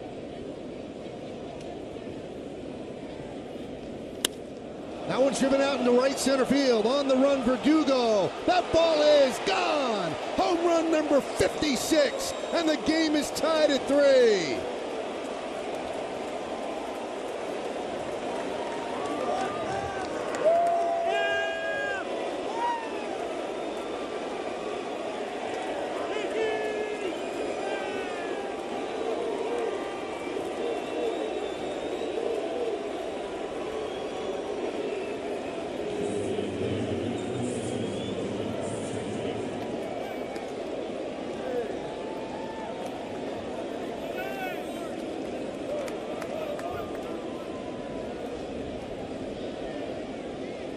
Away from tying Roger Maris. Here's Stanton. 3-3 game. Chop over the head of Casas and into right field. It's a single for Stanton. Well, you just brought up the trivia question with the high batting average. You hit for average with a short, simple swing. Usually you don't hit 56 home runs with that short and that simple of a swing. The man is so strong to drive it into that Red Sox bullpen out in right center field. Boy, that's impressive for number 56.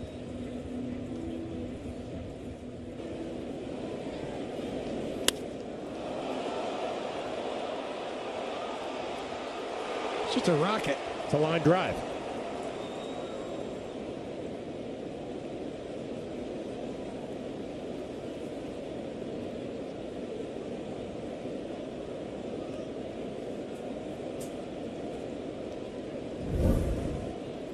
So here's Torres.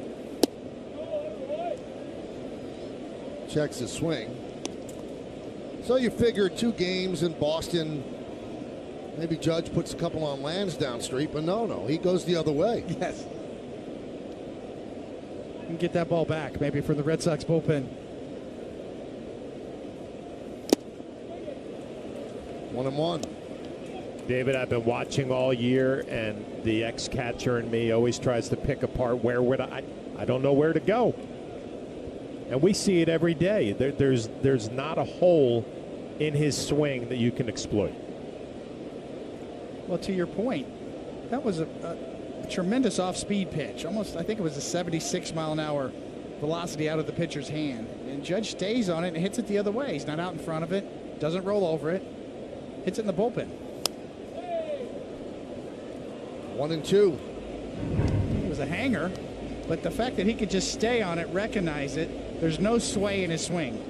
Everything's just a coil around his back hip. Yeah, I like the word coil. It's like when that left leg goes up and the hands go back, it's like you're pulling on a rubber band, and then he just lets it fly. But that's a line drive into the Red Sox bullpen. That is impressive.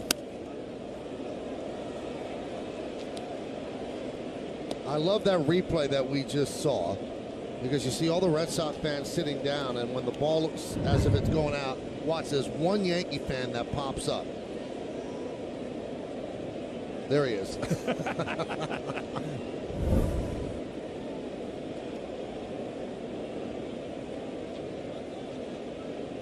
One, two. Nice block by McGuire. Can't say you've ever called a 56th home run, have you, Michael? No, I never have. These numbers are kind of hard to get out almost. They're so impressive. And what is that? It is starting to rain. We had the 25% chance when we gave you the Bigelow T weather report, and it's coming through.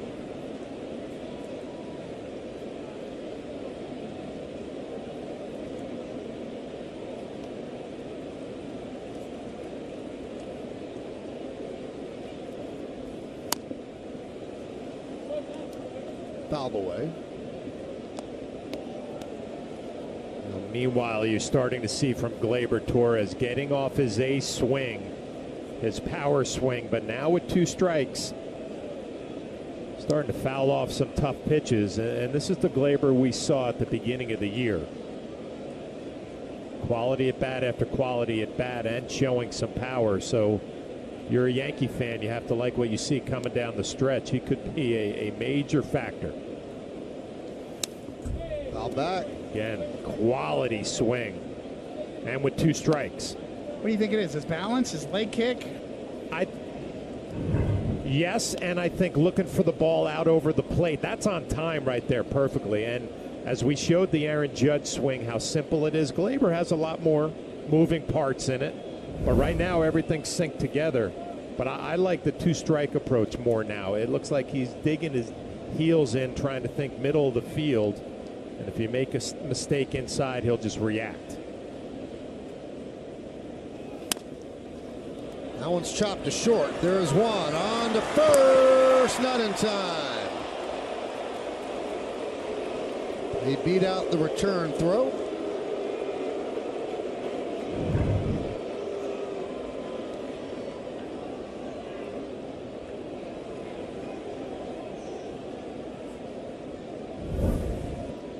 Now, Meredith, you spoke to Hensley Mullins about Gleyber, right?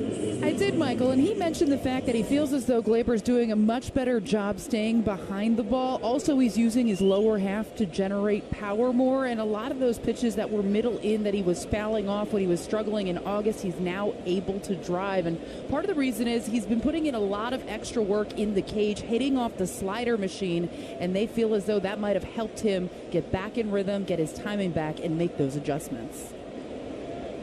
Here's Donaldson, runner on first base, 1 out.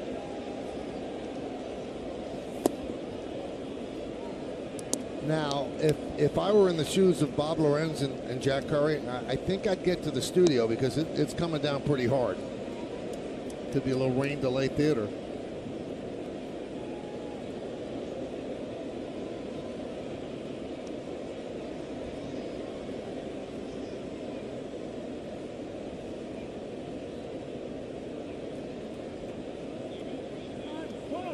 Six runs on the board, all 6 runs coming via the home run.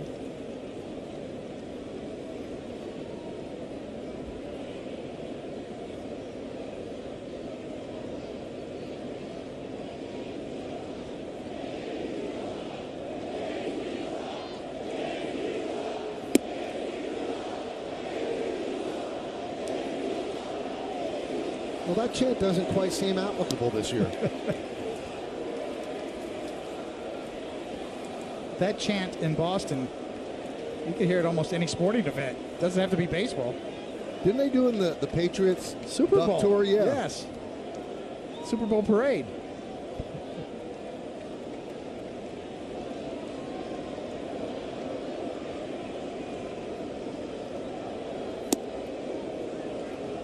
Three and 0 on Donaldson.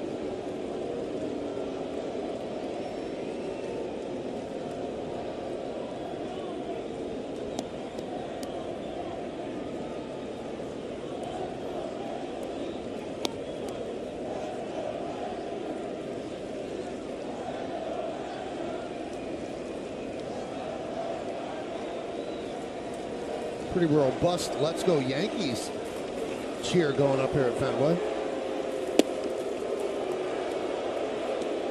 3-1, and the Red Sox fans getting annoyed at that. See, this is what it's supposed to be like. I mentioned in the first inning, it just seemed a little timid. Now we're getting right where we need to be. Late arrival.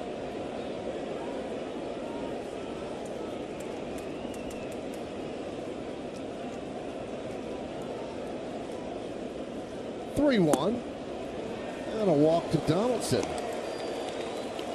So that puts runners on first and second with one man out. That brings up Cabrera. And brings out Cora.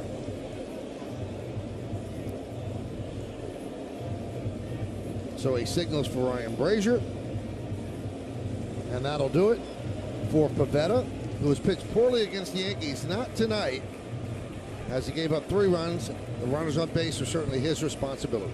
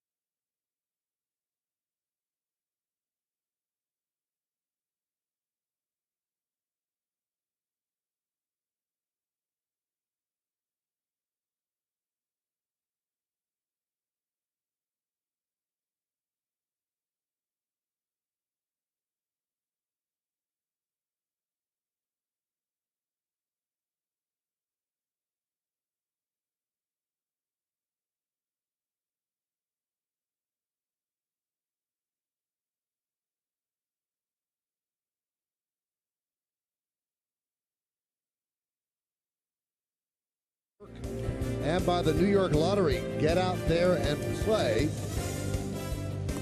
Well, Aaron Judge, his 56th home run, seems like it punctured the sky and started the rain. And now the Yankees are trying to take the lead. They're first and second with one out. And Ryan Brazier will come on in relief of Nick Pivetta. This will be his 59th game. That leads the Red Sox in appearances, and he's only walked 12, so he'll come right at you out of the bullpen.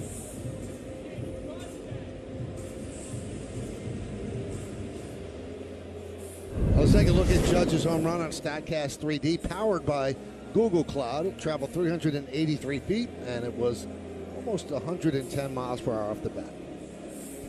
You know, that whole notion that the pitcher supplies the power, that's fake news. That was a 76-mile-an-hour curveball.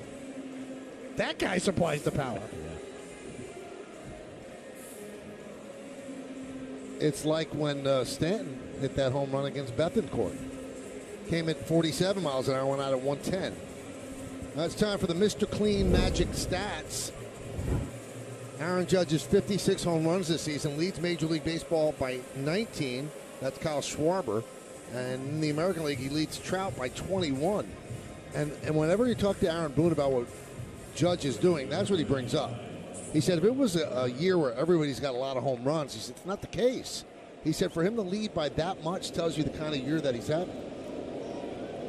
As a writer for ESPN, David Schoenfeld wrote a great article trying to put Aaron Judge's year, the year he's having, into context historically. Did an amazing job with the article.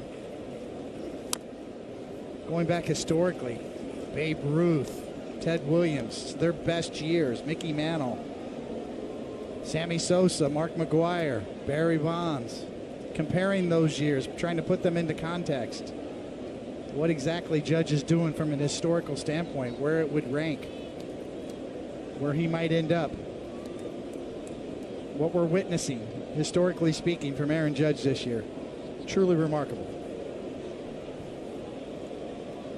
0-1. Chop back to Brazier. He goes to second, and that's a nice play there to save the ball from going into the outfield and get the second out. So Bogarts went down to his knee to get that ball.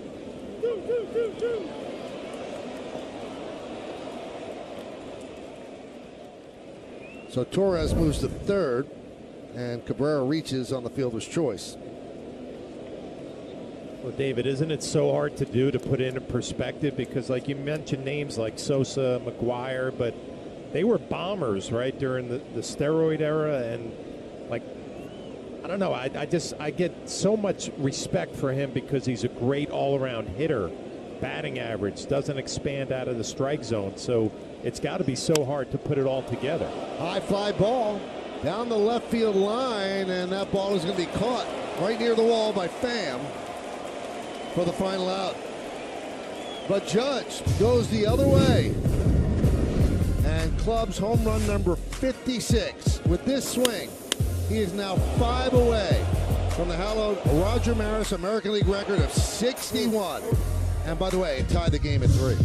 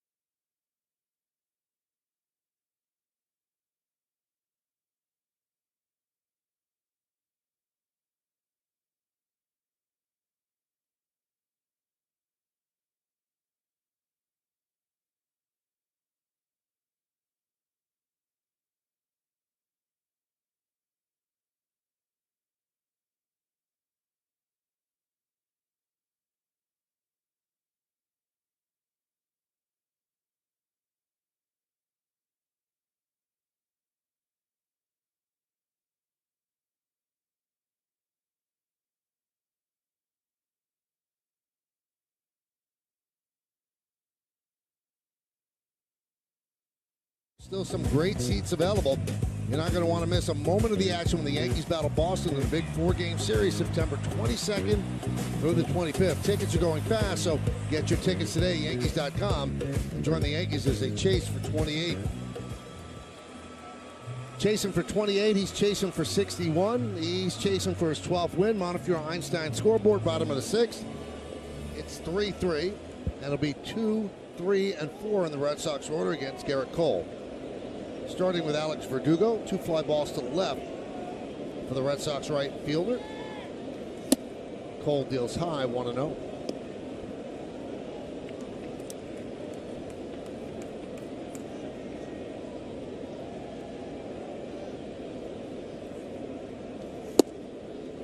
You know, we kept a close eye, and rightfully so, on Judge and his assault on that record that was set 61 years ago in 1961. But David, you were alluding to this with the Schoenfeld story as well. If you take that aspect out of it, he's putting together one of the best offensive seasons in the history of baseball. Exactly. So it's not just about the home runs. Exactly. No, all around. That's the whole point.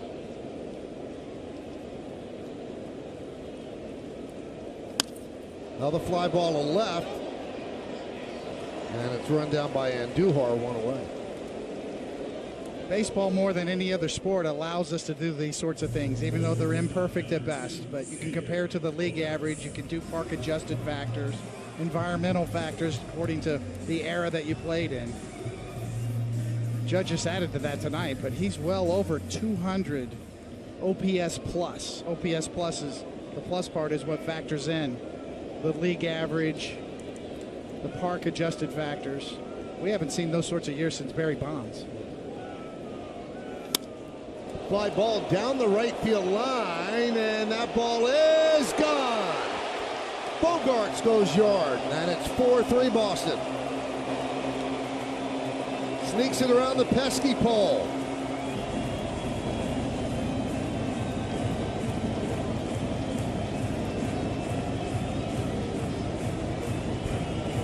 Johnny Pesky was a beloved player in Boston, a coach in Boston, and he's got that foul pole named after him because there are some cheap home runs that just curl around that foul pole at Fenway Park. You can talk about the Green Monster in left field.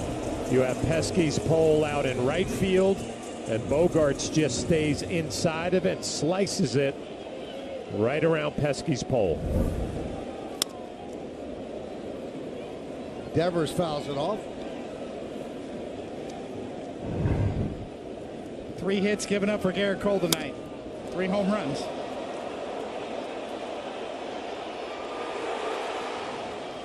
Boy, that is a perfect Pesky pole home run. Wow.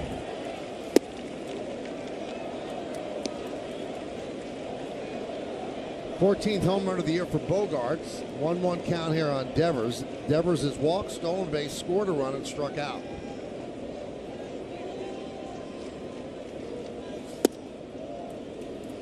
Two and one. All the runs in this game have come via the home run. Red Sox have 3 home runs, and the Yankees have 2.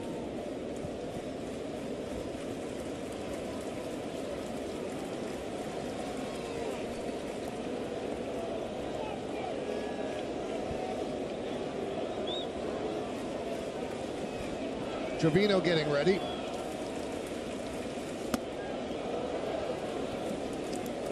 Knuckle curve has been effective tonight. 2-2.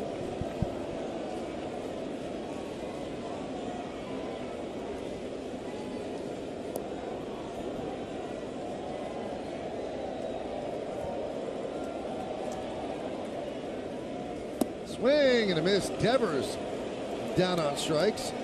10th strikeout for Cole.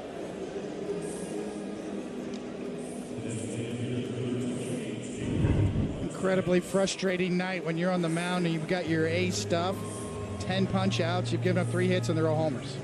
And you're down 4-3 and you feel like, and I got it tonight. It's all there.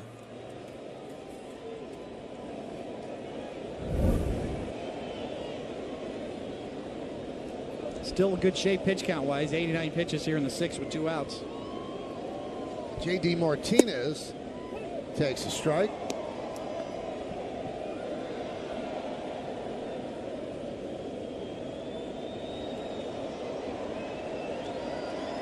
Lipke now up.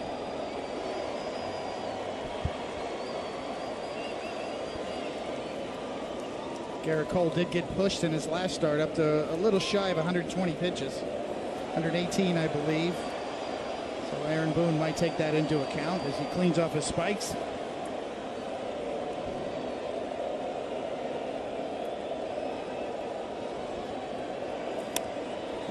Oh, 2 on Martinez. The operative word is spikes, not cleats. Cleats are for football. Baseball, we wear spikes, nails.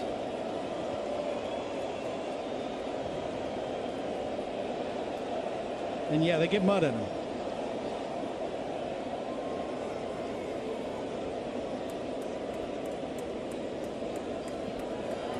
And the 0-2 up the middle, a base hit. So a 2-out single by J.D. Martinez.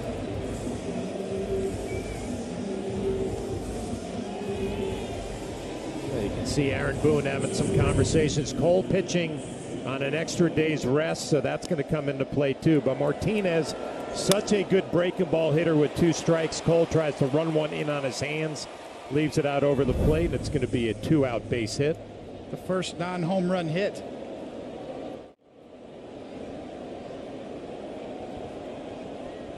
There's Christian Arroyo, 0 for 2, couple of ground balls.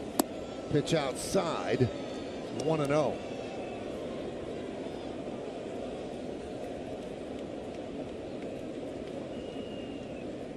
So as a Yankee here at Fenway, Garrett Cole came in today 2-3 with a 7.13 ERA.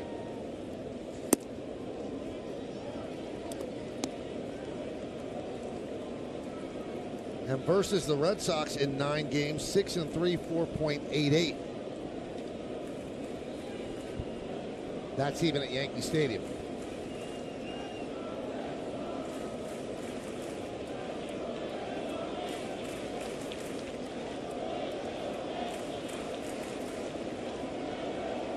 In all likelihood, he will not have to deal with the Red Sox at any point during the postseason. Last year he did.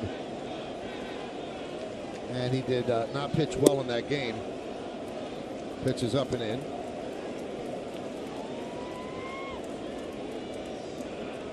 So 3-0 on Arroyo. Casas is on deck.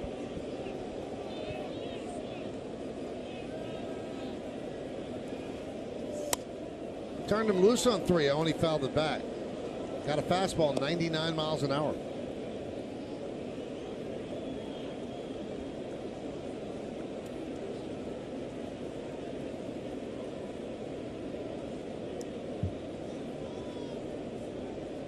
This will be the 97th pitch of the night.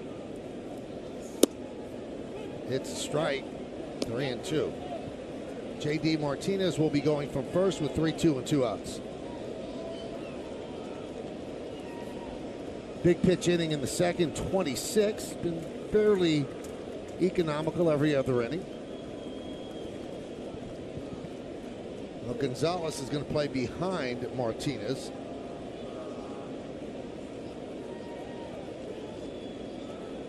And the 3-2. Fly ball, right field. Oswaldo Cabrera comes in, makes the play, and that'll do it. But Bogart snakes one around the pesky pole to give the Red Sox a 4-3 lead.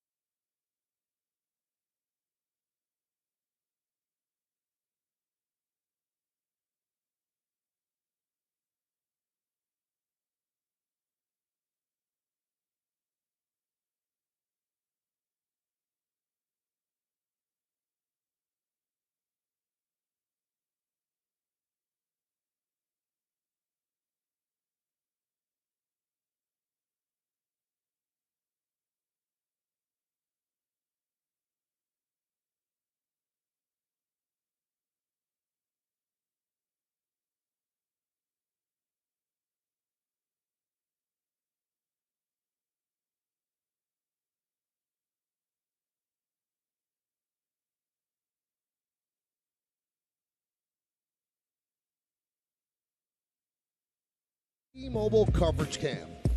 Well, it's going to be the 3 home runs that Garrett Cole has given up. Casas drills one to left center, McGuire to right field, and then finally Bogarts slices one around the pesky pole. Garrett Cole's had good stuff tonight, but he's given up 3 home runs, and the Yankees are trailing.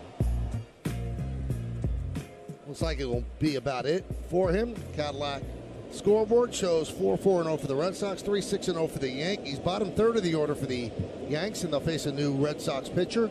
It's John Schreiber. First up, Connor Falefa. That one's chopped. Third base. Fielded there by Devers. Fires to first. They got him. Devers grabbed that before it was going foul because he knew he could get an out of it. Yeah, aggressive play. You see the chopper. Devers gets a good jump and then snares it in fair territory and makes the accurate throw and the strong throw. Good aggressive play by the Red Sox third baseman.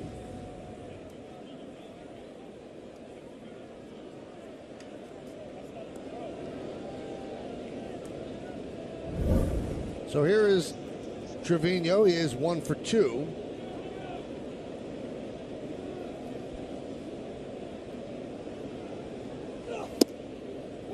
And there's a strike. 57th game for Schreiber, who's done some closing, more than a strikeout per inning. He's had a good year.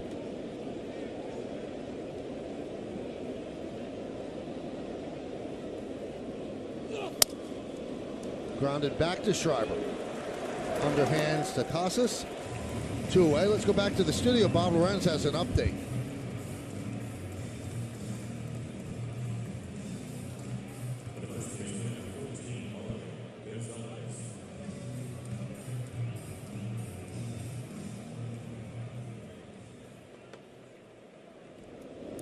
Well, thank you, Bob. Right here, we're in the 7th inning. It is 4-3, Boston over the Yankees. So that Tampa Bay-Toronto game has huge implications in the wild card battle.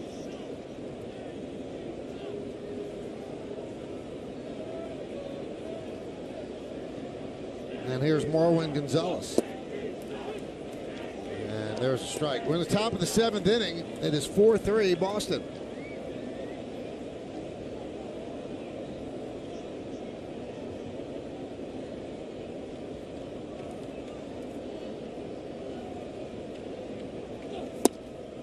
Oh, and 2. He's got a 3-pitch mix from coming down low on the sidearm delivery. A change up there, fading. That's why he's had such a good year. A real find for the Red Sox this year. You don't anticipate somebody throwing sidearm with that high velocity as well and movement. Been up to 95 miles an hour from down there.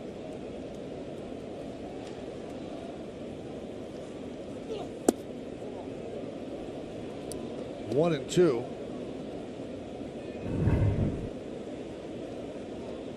Big guy, you can see him kind of lean down and almost directly sidearm.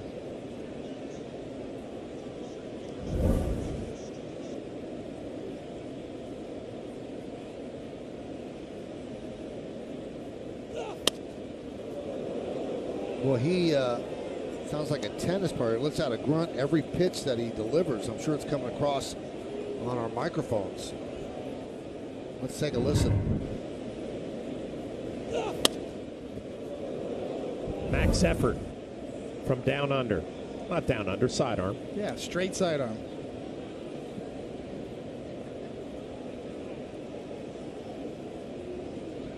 And you wonder why ligaments tear.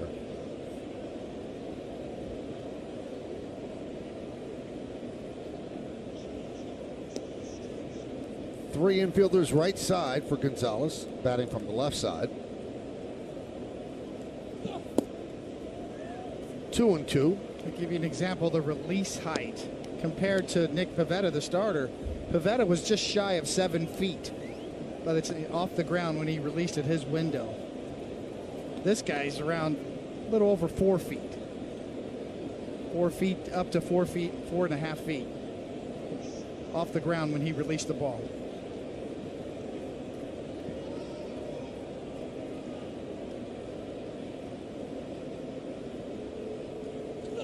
swing and a foul ball. Probably the highest window in the big leagues right now, Justin Verlander, up around 7 feet. His release point off the ground.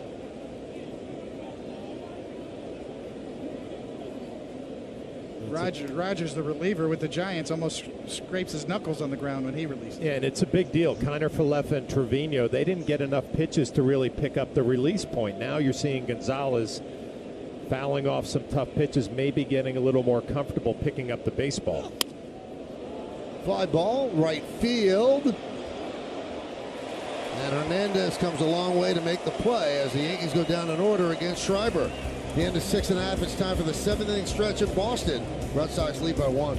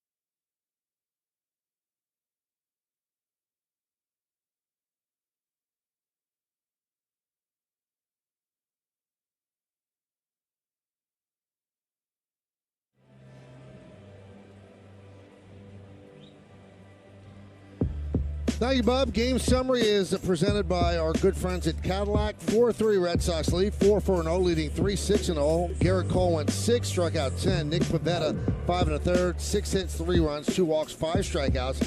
Judge hit his 56th, a solo shot in the 6th. Momentarily tied the games for the Yankees, but Casas, McGuire, and Bogarts each with home runs, and Bogarts' home run around the pesky pole put the Red Sox back in front 4-3. Lucas Litke will come on as Garrett Cole gives the Yankees 6 innings.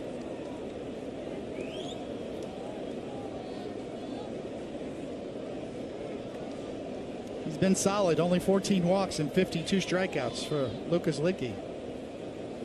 Casas is first, and there's a strike. David, I was saying the other day, Litke's one of those guys. There's one on every bullpen that gets overlooked. He does it all, right? Middle innings, left on left here, and those high leverage guy at the back end get all the attention. But Litke has been solid all year long. Casas tried to bunted it foul. He was trying to push it against the shift. Might have been a double. You know, we've given injury reports, and Chapman could be coming back. Efros could be coming back. Severino could be coming back. And Britton has looked good, but Aaron Boone said there's no guarantee he will be back this year. David, have you given any thought, because the Yankee bullpen's pitched very well, how do you fit all those injured players back into the bullpen? You can't. It's a good problem to have. It's almost as if the Yankees could really use the old school 40-man roster and get them all up here and get a look at them, but that's not the case. You're going to have to pick and choose who you think can help you and give them a look.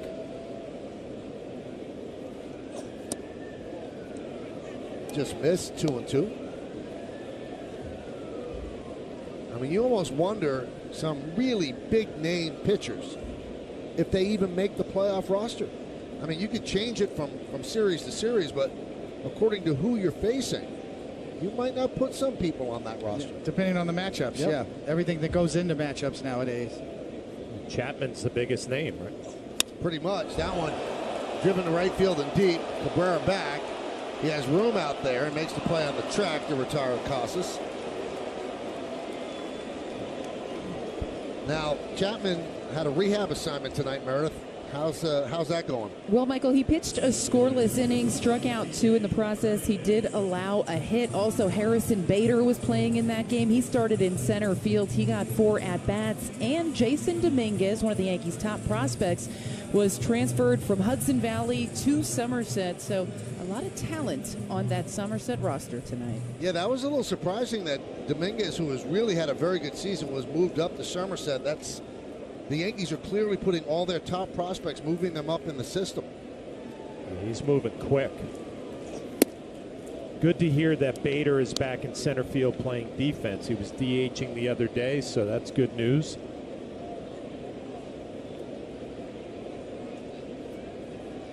One 1-0 on Kike Hernandez, who struck out twice against Cole.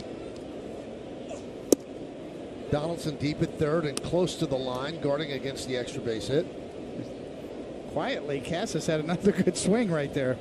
The rookie first baseman. Casas. That would have been a home run in 24 big league ballparks. Yeah, I was just saying, welcome to Fenway Park. You learn how to hit the ball the other way as a lefty really quickly when you drive them deep to right and you have nothing to show for it. But again, you go back to Aaron Judge, how impressive that home run was going to right center field at Fenway. That is not an easy thing to do for a right-handed hitter.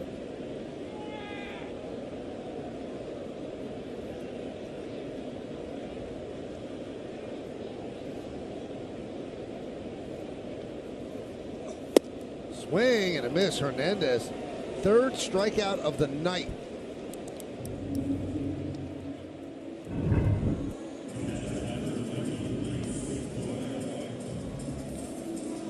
Pretty good pitch to hit.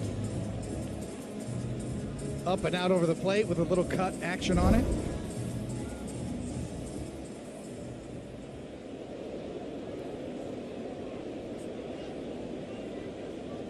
Here's the catcher, the number 9 hitter, Reese McGuire.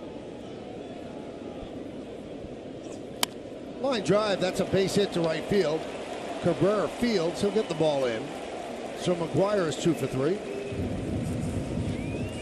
McGuire's had a good game, not only throwing out Aaron Judge at second base, the home run, and then hangs in there on a slider and just flips it to right field.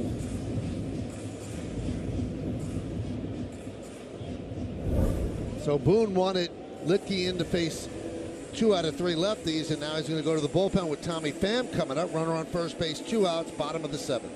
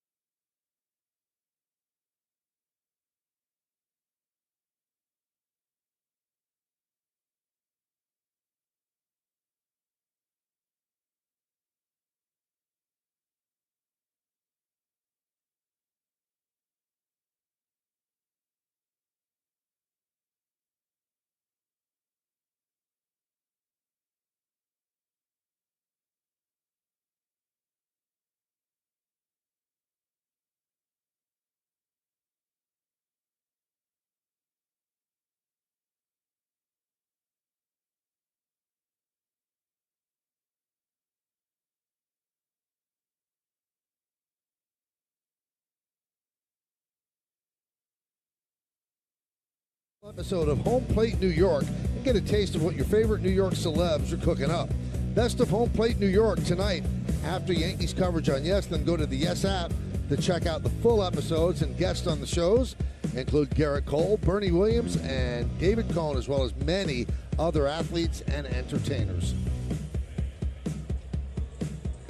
Lou Trevino takes over for the Yanks. 57th game between Oakland and the Yankees. With the Yankees, a 1.23 ERA in 17 games. Ron Marinaccio heating up.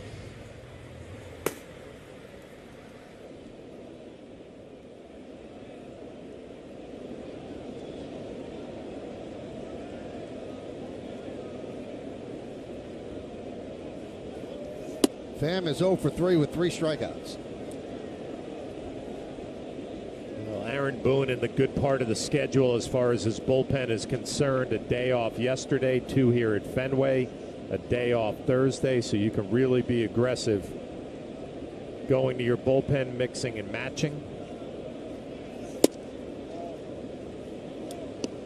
2-0.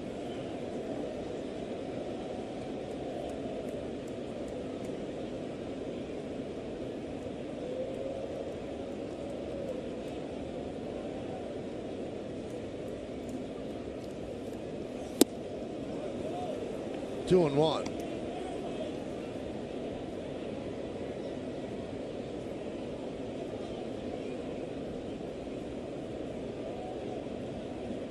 Runner at first, 2 outs. Red Sox lead 4-3. We're in the bottom of the 7th inning at Fenway. David, what's Trevino doing differently than he did in Oakland this year? Just really a matter of command and strikes. Right there's a perfect example. On a 2-0 count, he's able to drop a cutter on the outside corner. So throwing all of his pitches for strikes with confidence.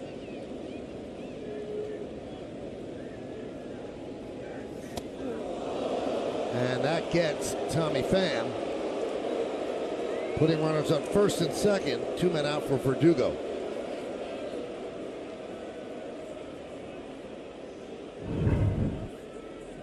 This ball just got away from him off the jersey.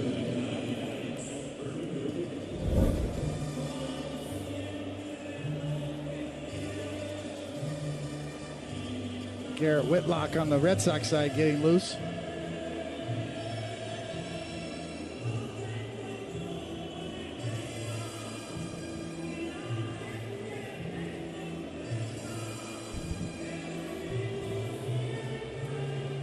Here comes Matt Blake. A lot has been made of Trevino and throwing that slider more as a New York Yankee than he did as an Oakland A. It's that little cutter that I like. That's a nice little wrinkle for him. He's able to get back into counts, give lefties a little different look, get them off the plate.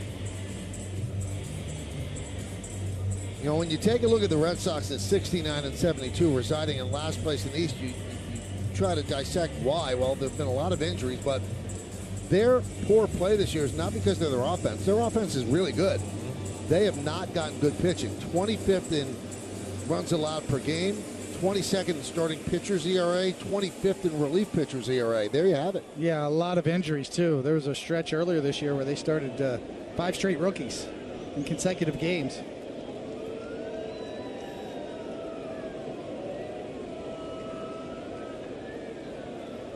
Yeah, there was a story today in The Athletic that they have to examine whether or not they have to revamp their whole medical staff the way the injuries have happened this year.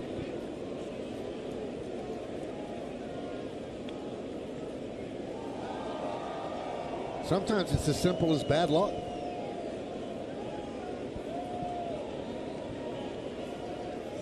When we talked to Sean McDonough, one of the radio broadcasters for the Red Sox, he said, well, in 2018, they didn't have anybody injured. It was just a perfect run, and they ended up winning the World Series. He said this year, it's the complete opposite. Yeah, but how do you figure it out? More load management in today's game than there ever has been, and there seems to be more injuries than there ever have been. 2-1 on Verdugo.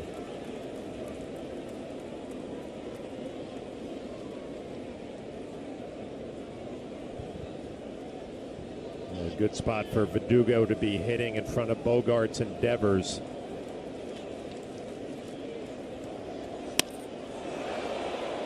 Right there as Cabrera puts it away as Verdugo hit it hard. And the Red Sox strand two. It was leading off the 8th inning. This guy, he's already hit his 56th home run to tie the game at 3. Now the Yankees are down by 1. He's chasing history. And the Yankees are chasing the Red Sox in this one. Stay tuned. Judge is up next.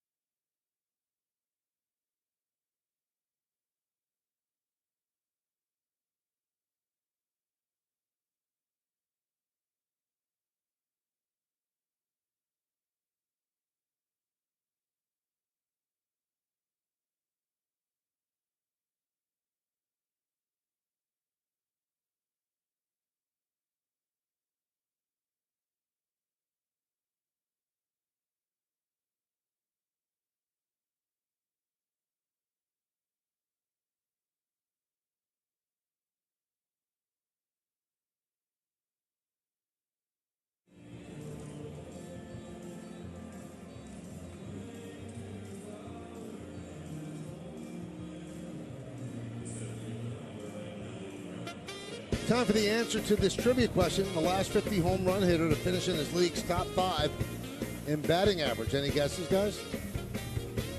A-Rod? It's a good guess. Bonds? Oh, Wow. Foster. How about George that? Foster.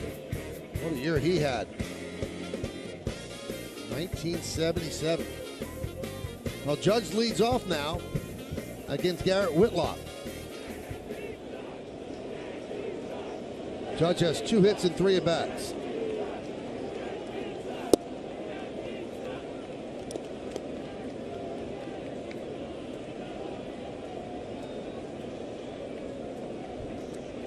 It is 56th into the Red Sox bullpen, leading up the 6th inning.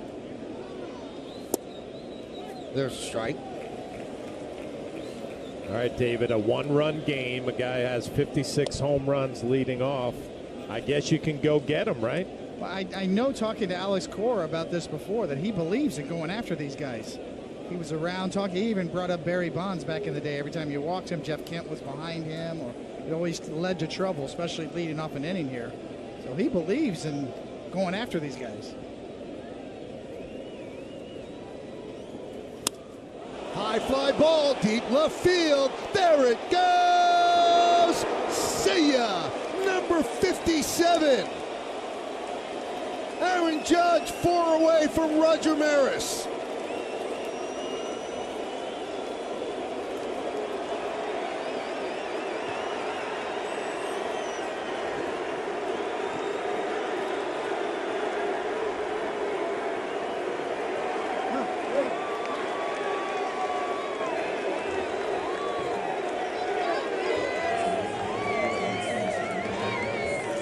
Well, Whitlock tried to come in there a few times, and then he spun one out over the plate.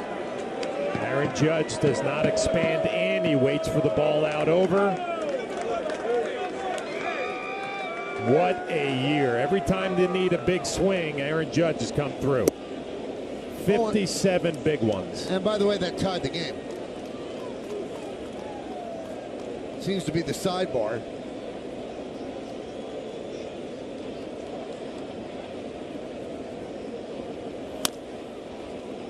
Grounded to short. Bogarts gets Stanton. Well, there is light tower power, and then there's this guy. And that's kind of off the end of the bat just a bit. He didn't get all of that, but he got enough of it. Banging off the light tower.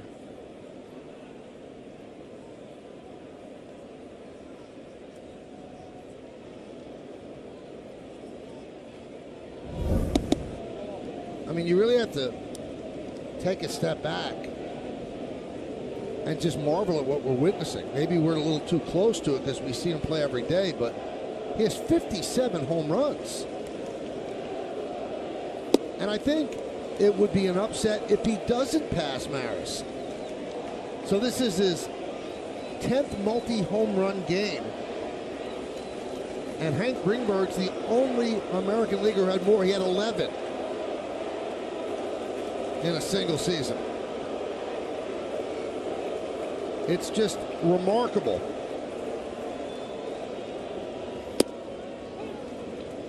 One and two.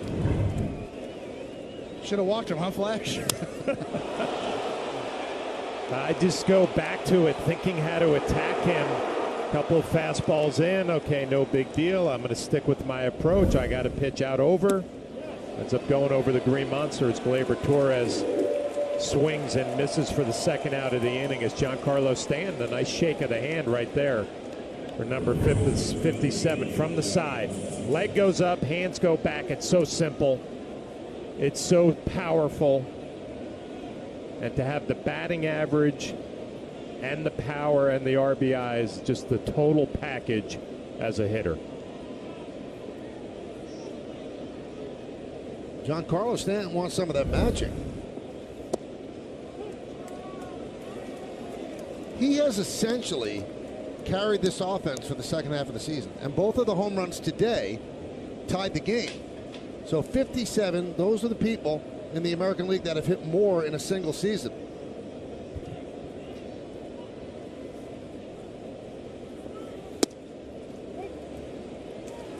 All those other guys ahead of him, they played in black and white, right, on TV? Yep, not there HD. wasn't even TV in a lot of those. Not HD TV. Yes. That's why we say, before he's done, where he's going to rank in the history of the game all time, single season. He's got a chance to be right up there with everybody else. Mickey Mantle's Triple Crown, Babe Ruth, 1927. All those names you saw on that list. But David, think about how many guys we faced, and when you talked about trying to get him out, make a good pitch and he'll swing and miss. Right? If you make a mistake, he's going to make you pay. You can't say that about this guy. You make good pitches, he makes you pay. You pitch just off the plate, he doesn't swing. He's taken it to an entirely different level this year. There's no one way to pitch him or get him out, Flash. You're exactly right. So he had gone 5 straight games without a home run. Well, he rectified that with 2 tonight. One tied the game at 3. This one tied the game at 4. Broken bat. Loop to the second baseman, Arroyo, and that'll do it. But Aaron Judge steps up and does it again. His 57th home run of the year, headed toward Lansdowne Street. His teammates are still amazed, and they've seen every single one of them. They seem like there are more to come. How many? Stick around.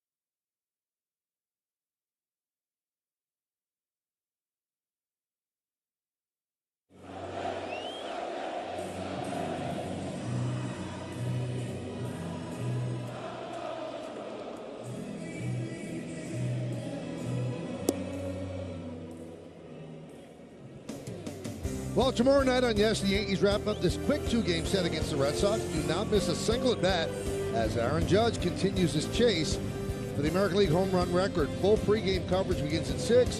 First pitch is scheduled for shortly after 7 on Yes and the Yes app. In his last 10 games, Judge is hitting .514 with 6 home runs.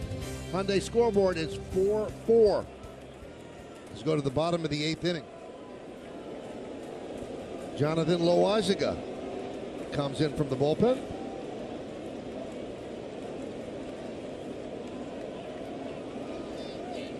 And he'll face 3, 4, and 5 in the Red Sox order, starting with Xander Bogaerts.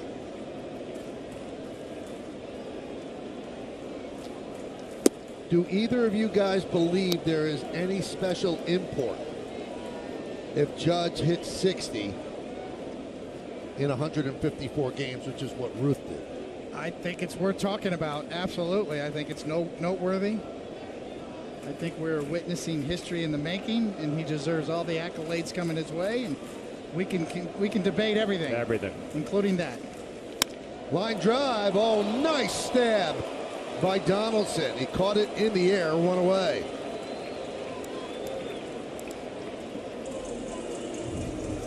Now, Judge was quoted in a story, you'll see this nice move to the glove side by Donaldson, that he considers the record, Bonds' record, 73. And Roger Maris's son said that surprises me. He said, because the guys that passed my dad, it's been proven that they didn't do it clean. But Judge said that's the number in the book, and he's right. That is the number in the book, 73.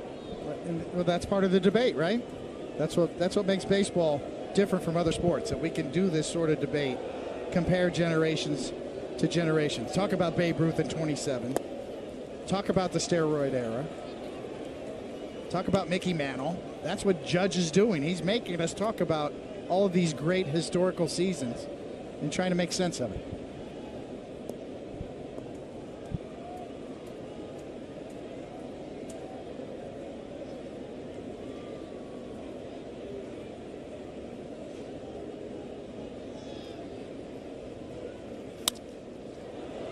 Valve away.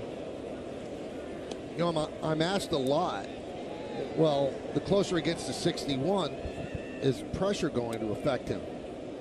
I mean, this guy turned down a massive contract offer, and he's playing for his future and maybe his family's future. Hasn't affected him a bit, so why would the number 61 affect him?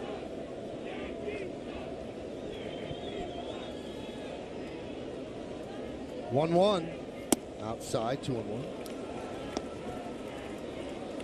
I was just thinking about the Mantle and Maris thing, and as teammates who are going for it, and then obviously Maris at the end when Mantle fades away and was injured. But this guy's done it by himself the entire year, and all the attention that comes with it. And you wouldn't be able to tell at this point by the way he carries himself every day.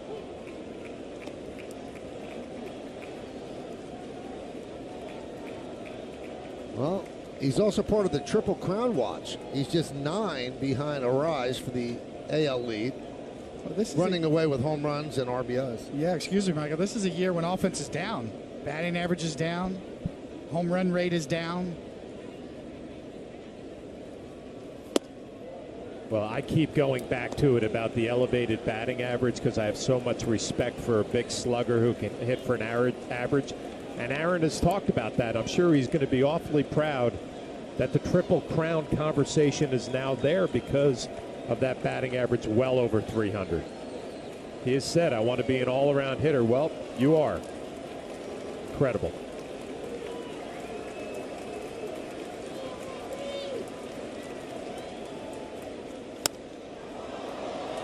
High fly ball left center. Judge puts it away.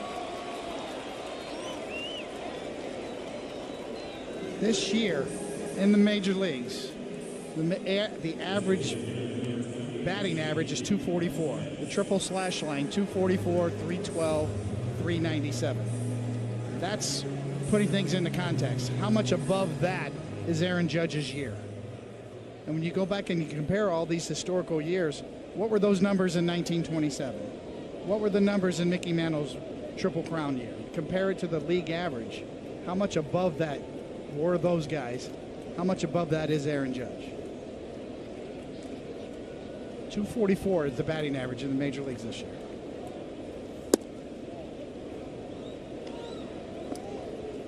And you mentioned earlier his OPS plus is over 200. So that means he is double the average player. 100 is your baseline, average player. He's doubled that.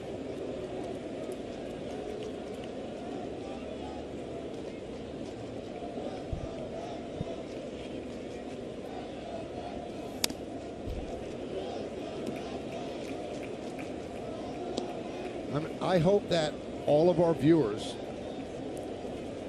are enjoying the incredible ride he's taking us on, because no matter what your age is, we might not ever see this again. That's how special this year is.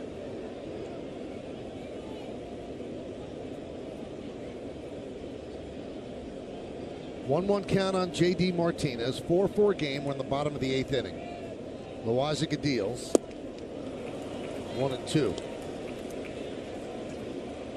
Oh, by the way, Jonathan Loaisiga is back.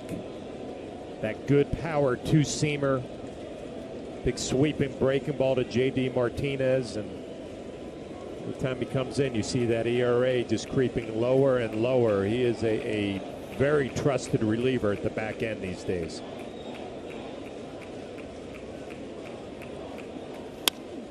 High fly ball, deep center. Judge is there. He's on the track. And he makes the play for the final out. So Loaisiga retires the Red Sox in order. We take it to the 9th.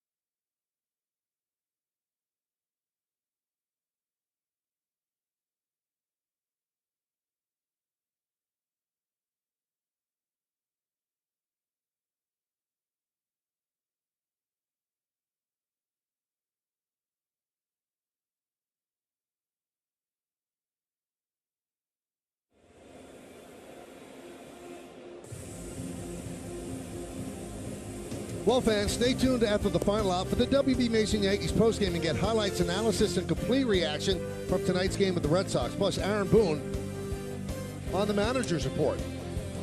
So Aaron Judge hits his 57th home run, rounds the bases, does his celebration, and check the girl right there by the dugout. He will high-five her, and she will freak out. How great is that? He's the Harry Styles of baseball. It's a good concert, huh? Yes, it was. I heard you talking about it. He's a performer. So is Aaron Judge. And she had it all on the phone, too. Yes, she recorded did. it. Yes, she did. That's cool. Now Burns comes in as he tries to hold it right here at 4-4.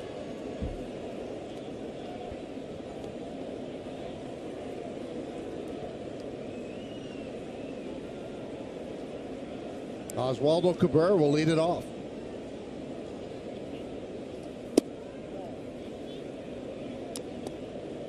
just have the presence of mind. Jeter was like that too.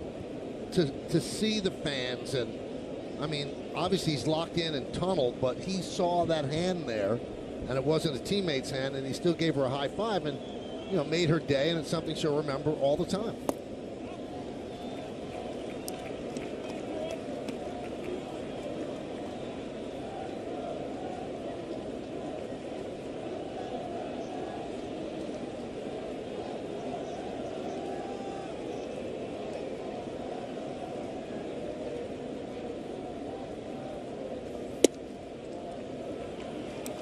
The best deal in mobile. Get unlimited for only $29.99. Visit SpectrumMobile.com. 3-0 count on Oswaldo Cabrera. Let's see if they green light him.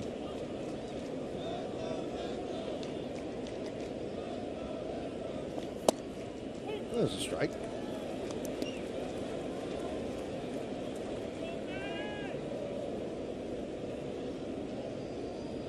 There he is. Clay Holmes is up in the pen. Red Sox relievers have struggled since July 1st, the worst ERA in baseball. Aggressive swing, fouled it back, 3-2.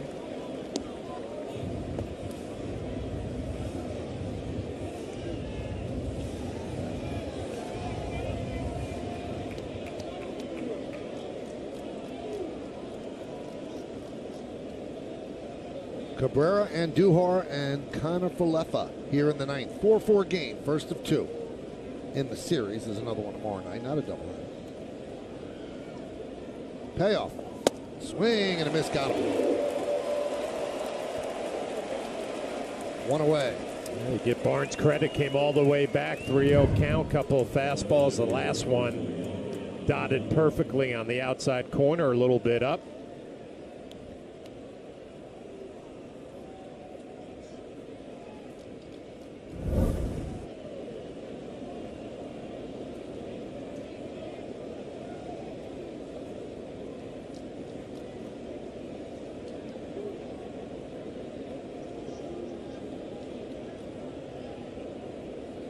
And Duhar's 0 for 3.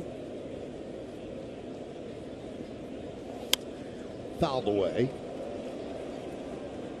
Would you put Harry Styles up there with some of the Springsteen concerts you've seen? No, nothing compares to that. No. Well, Harry Styles performs for an hour and a half. Springsteen gives you 4. An hour and a half? That's yeah, what it was? Yeah. 9 to 10:30. He had an opening act, though. He was great. My daughter loved it. That's all that matters. He's got a pitch clock. Yep. Load management.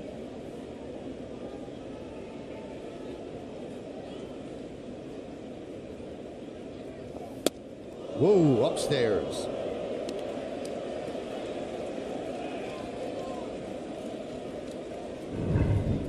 Well, anytime these two teams play, you always pay attention to some that are up and in. The fans got a little something out of that. Buzz the tower.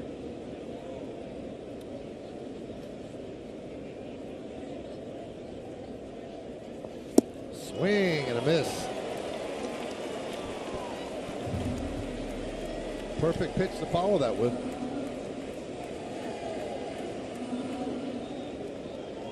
Oh, it's Arroyo, Casas, and Hernandez. It's exactly what Mark Harkey's going over with Clay Holmes. The tendencies, who you're facing, how to go about it. It's a good bullpen coach right there. Got that right.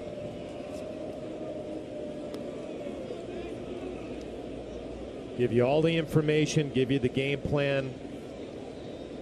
Now you just got to go execute it. It's the delivery, too, the way he's delivering it, too. Very confident. Grounded foul. You can have the best information in the world. And the Yankees do, as well as any organization. The analytical information, the best content you could ever acquire.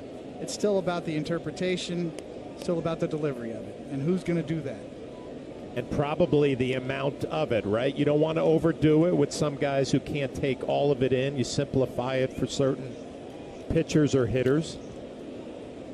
And do you have the buy-in from the players?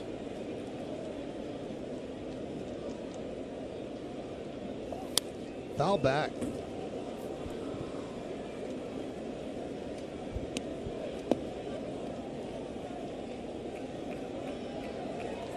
This copyrighted telecast presented by authority of the New York Yankees. It may not be reproduced or retransmitted in any form. The accounts and descriptions of this game may not be disseminated without the express written consent of the New York Yankees, especially the judge home runs, all right? Do not disseminate those.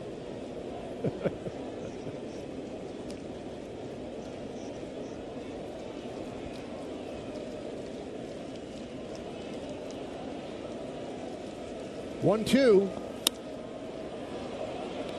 Fly ball, center field. Hernandez puts it away.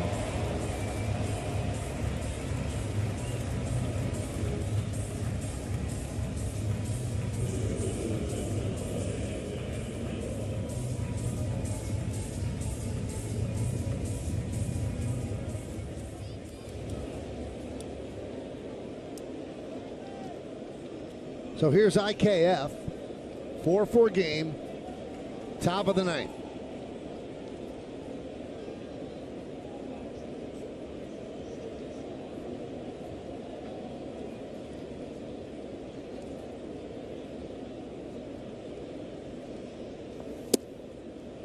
There's a strike. Conafalefa 1 for 3 has a single and scored on Marwin Gonzalez's home run in the third.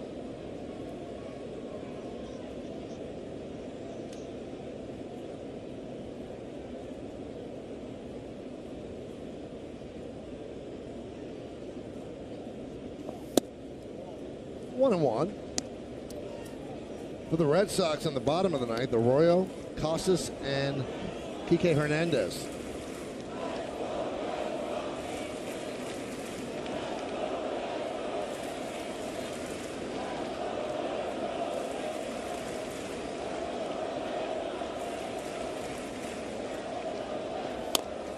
Chopped up the middle. Bogarts charges, fields, fires, got him. And the Yankees go down 1-2-3 against Barnes. And we go to the bottom of the ninth, tied at 4.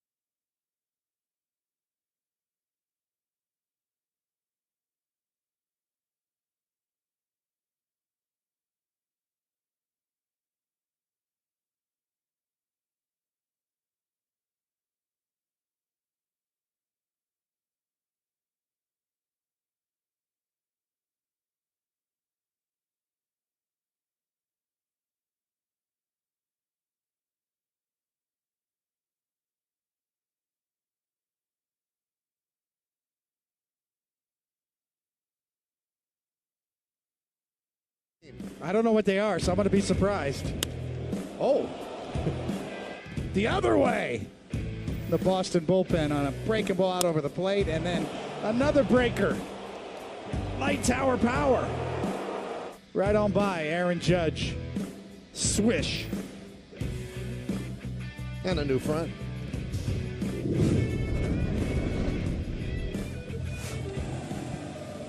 '57 home runs, plenty of games remaining in the season.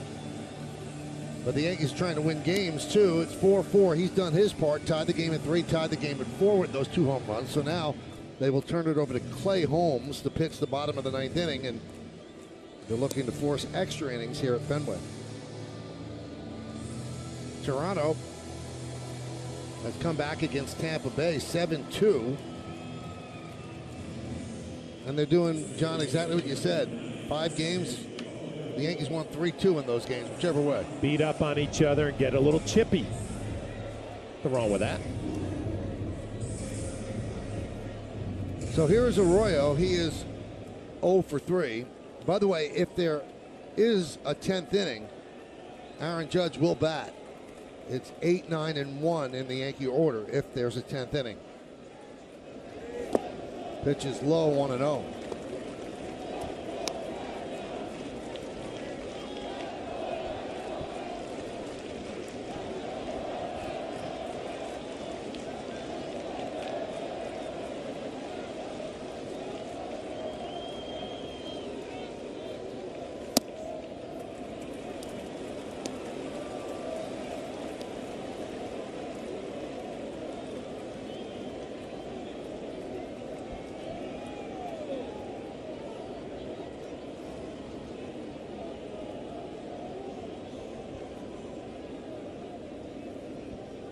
The 2-0 inside 3-0. That's the one there, David, that you don't like seeing, right? The two-seamer that ends up and in on a righty, up and away to a lefty. It tells you that mechanically not right, not in front of the baseball and down through the zone. It's always the arm side run.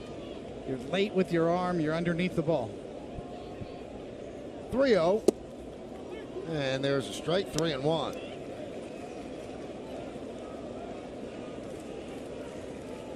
A lot of times you hear a pitcher say, I'm going to shorten up my stride so I can get out in front and get that ball down. Timing is everything. Being synced up, lower half and upper half. 3-2.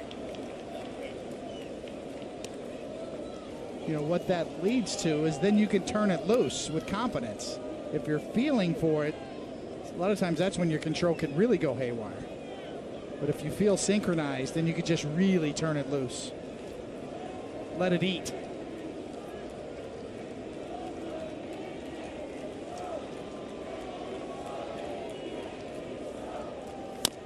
Chopped slowly to third, charging Donaldson fields and fires one away.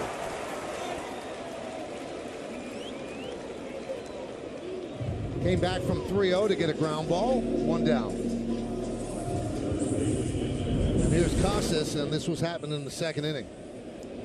Cole challenged him with a 2-0 fastball, and Casas drilled it the other way. Well over the green monster.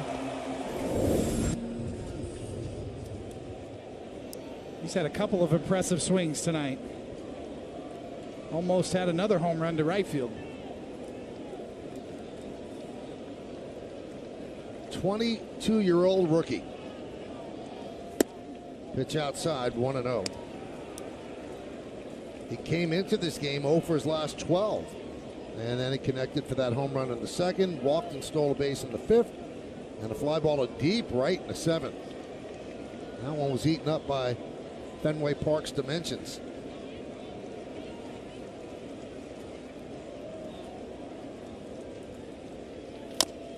That one is chopped. Off the mound is Holmes, and he will tag Casas for the second out.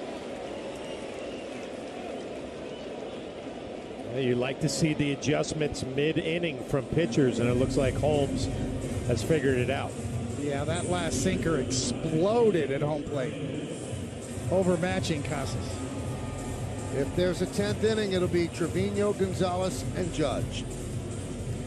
And the Yankees will start with a runner at second base, and that runner will be a speedy runner, Connor Falefa. But they need to get another out. Here's Kike Hernandez, who's 0 for 3, 3 strikeouts.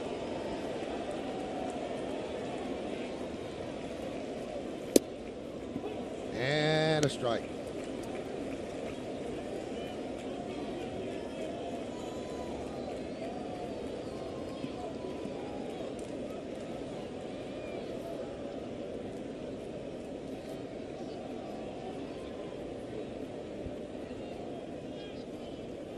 Outside, 1-1.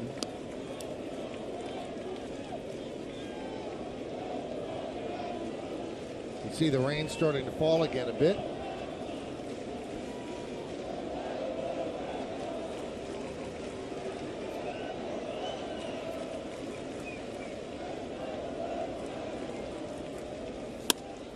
Jones driven out to right field, going back. Cabrera still backpedaling, and he makes the play.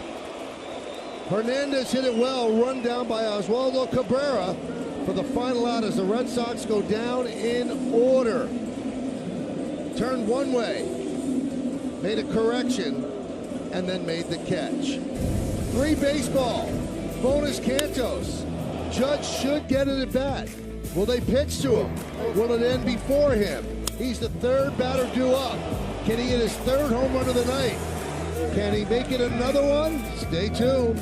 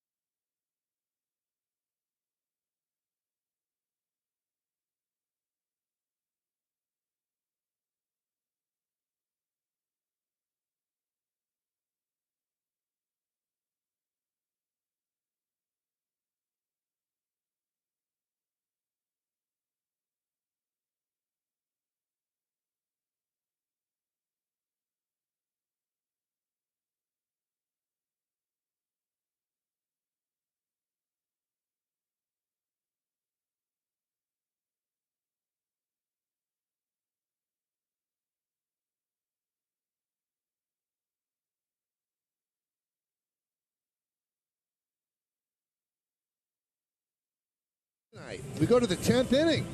4-7-0 for the Yankees, 4-5-0 for the Red Sox.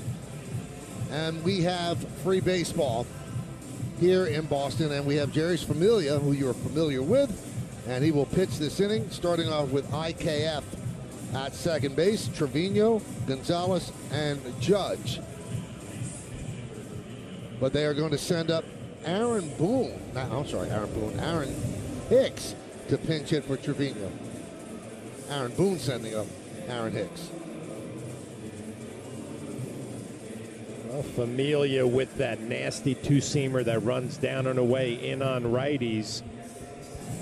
He's looking for an at-bat because Familia has control issues at times, and Hicks can work a walk, can put a good at-bat on him. So that's what Aaron Boone is playing right here.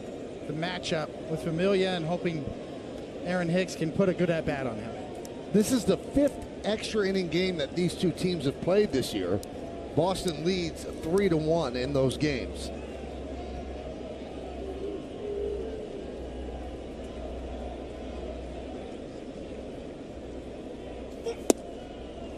Now this is the first time we've seen Hicks since he was pulled from the game at the 2 plays in left field. A really rough night for him.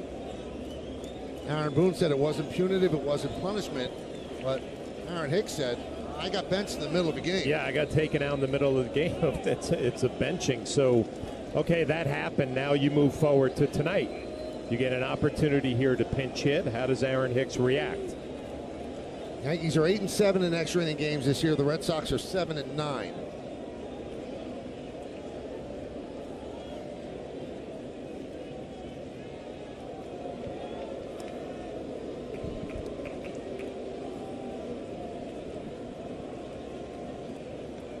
Familia was released by the Phillies August 6th, picked up 3 days later by the Red Sox. He has a 4.82 ERA in 9 games in Boston.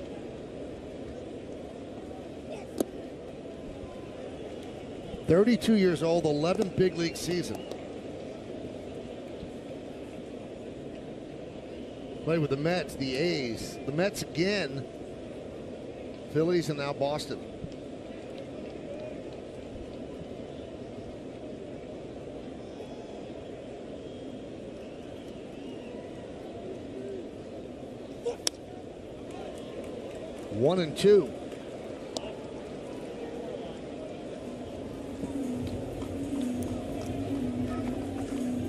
Well, there have been times we've seen Aaron Hicks from the left side come out and around the baseball trying to pull everything. That was a really good swing on a tough pitch out over the plate. Now you're in battle mode, behind in the count 1-2. Trying to at least advance the IKF.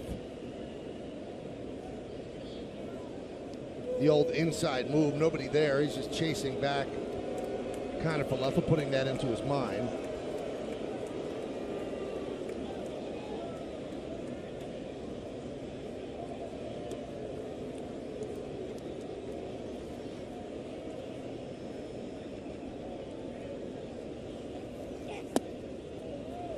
Two and two.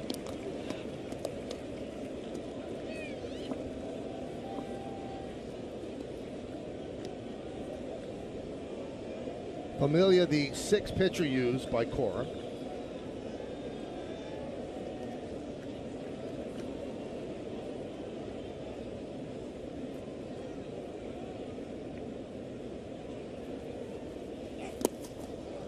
Nice block there by McGuire.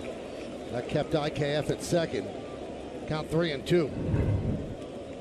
It's a split and it's yanked inside. This is just survival mode. You dive for it with a backhand and you come up with a clean. Tough play. To your point, David, Hicks putting a good at bat on him. That's what he wanted. Familia's issue has never been stuff. It's always been command.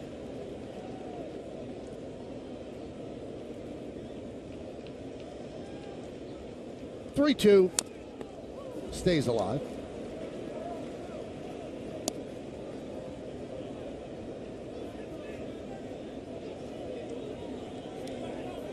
We're in the 10th inning of a 4-4 game.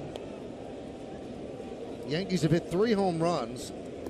Marwin Gonzalez a 2-run shot, 2 solo shots by Judge, who is now up to 57 on the season.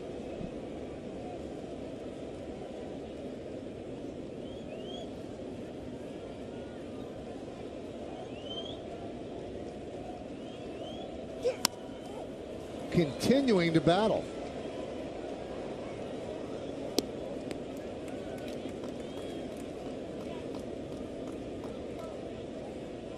Fighting off some tough pitches, too. That was a dandy right there to spoil that one.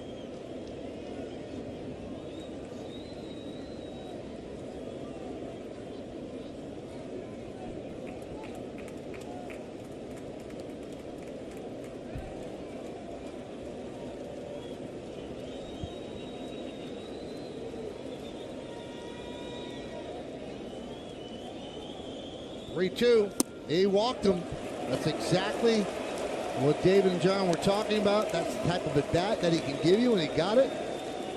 And he walked. So first and second, nobody out. Now let's play ahead a little bit. If you think about bunting here, and you'll see what Marwin Gonzalez did in the 3rd inning, hitting one over the bullpen. Now Gonzalez is talking with Luis Rojas, but guys, if he bunts, you lose Judge. I wonder if this conversation is, hey, you can't bunt here. I mean, as a veteran, he knows the deal, but that man has to have an opportunity to swing the bat. Now, David, you have always told me this as well. Let's say Marwin Gonzalez makes out some way, it's first and second. Third base is still open. What would be the difference if it was second and third? I agree. I would always pitch like that. It's maybe not the way it's done nowadays, especially with one out. You'd move the go-ahead run to third base with one out, but that's Aaron Judge. He's having a historical season. Well, the wheels are turning. Gonzalez has been spoken to by Rojas. Let's see. With first and second, nobody out here in the 10th inning. They give Aaron Hicks credit, a really good at bat to set up the situation.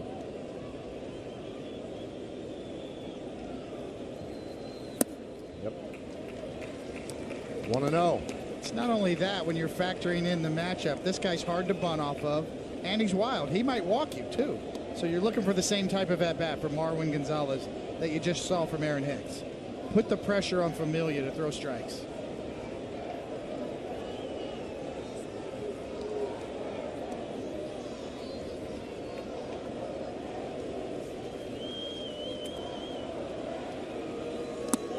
Another great play by McGuire. There are times as a catcher you just feel like a hockey goalie back there. You're just trying to react. Whether you're on one knee or a traditional stance, you're just hoping for the best. And he's come up with two beauties here in the 10th inning.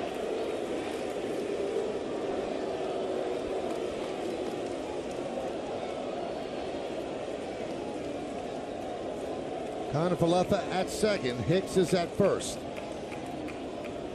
Marwin Gonzalez at the plate, the 2-0. There's a strike, 2-1.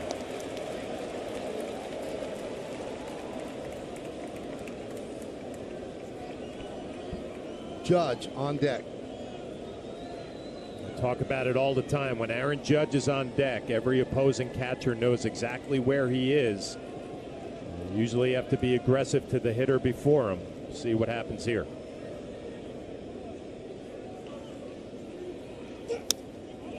Two and two. Just missed that one.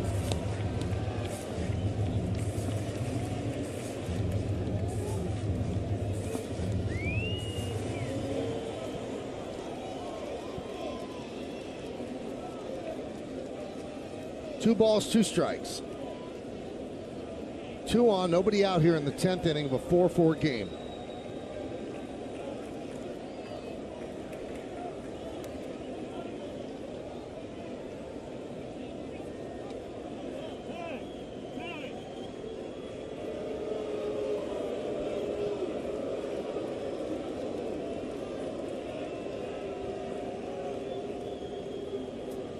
Easier said than done, but you got to make him get the ball up. Familia splitters down in the dirt, or his put-away pitch.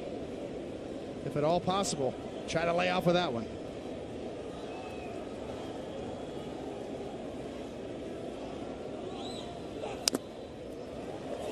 Fouled it off. Still 2-2. Yeah, Gonzalez, he's had some pitches to hit. He's fouled them off, and he's not happy about it. I mentioned this earlier. For a backup guy to all of a sudden start getting start after start after start, the swings are getting better and better and better. Totally. He looks more comfortable tonight than we've seen him probably in a long time.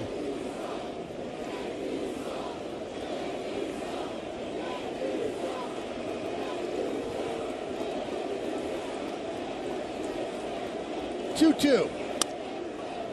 Up the middle. There's one. And there's two. As IKF moves to third.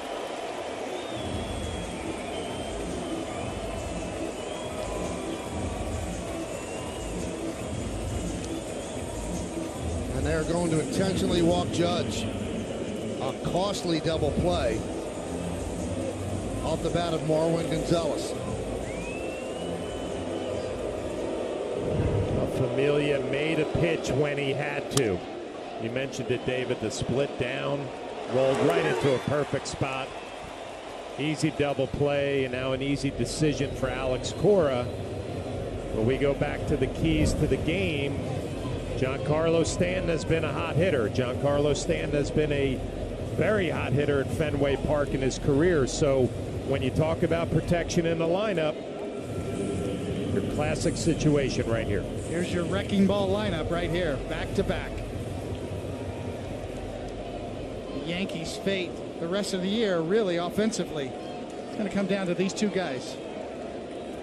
2 for 15 lifetime against the Red Sox right-hander with 9 strikeouts. He's 1 for 4 tonight, Stan. Something to consider with the splitter that's been in the dirt. Obviously, one gets by. IKF has great speed. He'll score at the go-ahead run. Well, you're not going to do it probably at the beginning of this bat, but if Stanton gets behind with 2 strikes, Judge could be on the move, forcing the Red Sox to play a little first and third defense. But that probably won't happen until he gets behind in the count.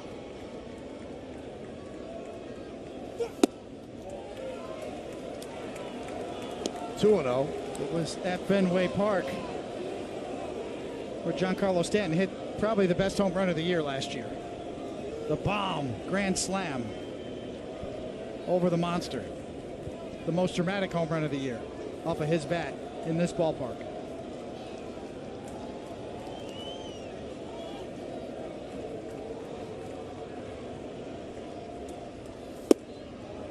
Just missed inside, 3-0.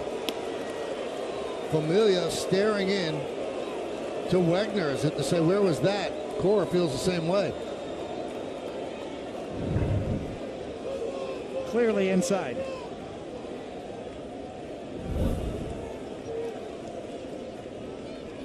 In all likelihood, Stanton will have the green light here on 3-0.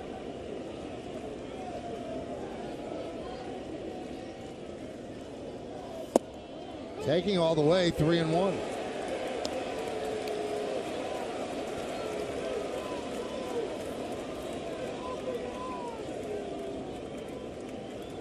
First and third, 2 outs, top of the 10th.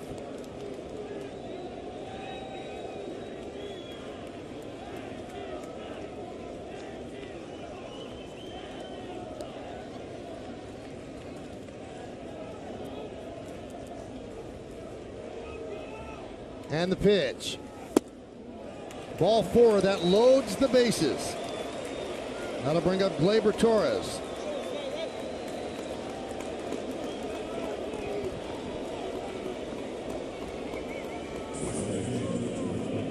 Well, your intent in extra innings in the top of the inning, put up crooked numbers. The opportunity's right there for the Yankees right now. Bases loaded with Gleyber Torres coming up and a meeting on the mound.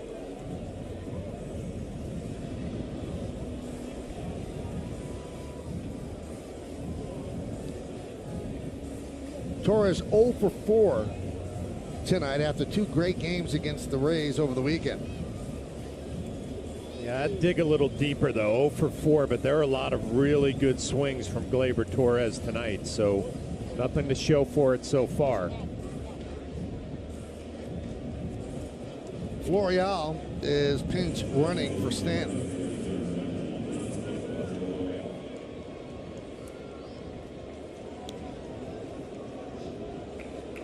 And he and Casas know each other from AAA, exchanging pleasantries.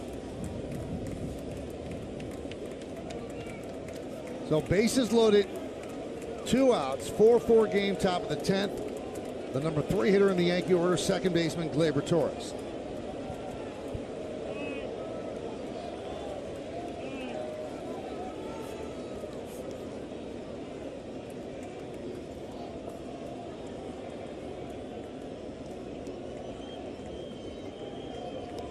IKF at third, Judge at second.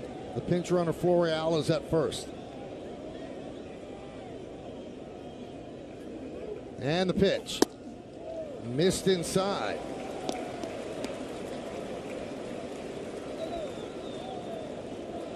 No one's up in the Yankee bullpen, which would lead you to believe that Holmes will pitch 2 innings. David told you how wild Familia can be, and there's a fine line as a hitter if you're Gleyber Torres. Obviously, you'd love to do some damage, but you really got to be disciplined. Pick one half of the plate. If you get it there, let it fly. If not, let it go. He pumps a fastball over the middle of the plate for a strike, 1-1.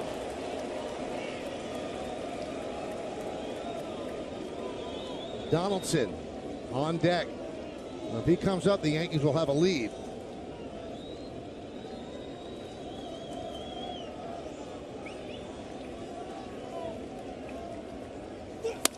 Lined into right center field. It is a base hit. That'll split the outfielders and go to the wall. IKF scores. Judge scores. Florial falls, gets back up, and he'll score. It's a bases clearing double for Gleyber Torres. And the Yankees lead 7-4.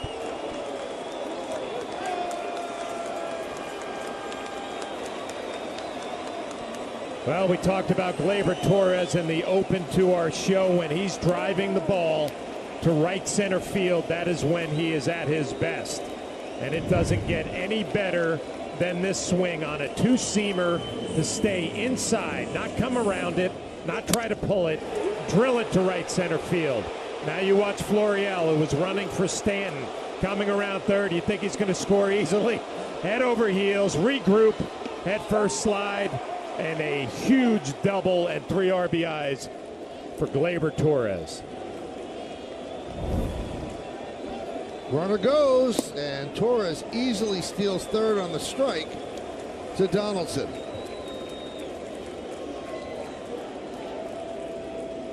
That was a full somersault. Florio. That's some good athleticism. He did a full somersault, got right back up, and still scored.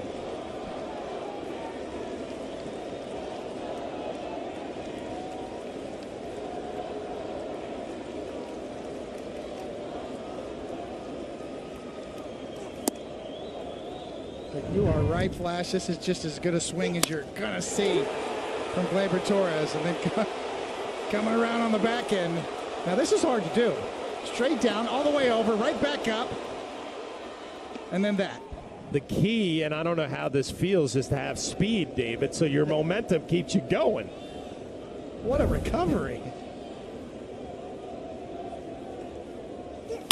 That one is drilled to left field, but right at Pham for the final out. But the Yankees get 3 runs, 3 walks, and 1 big hit, and 1 beautiful gymnastics move by Florial. We go to the bottom of the 10th.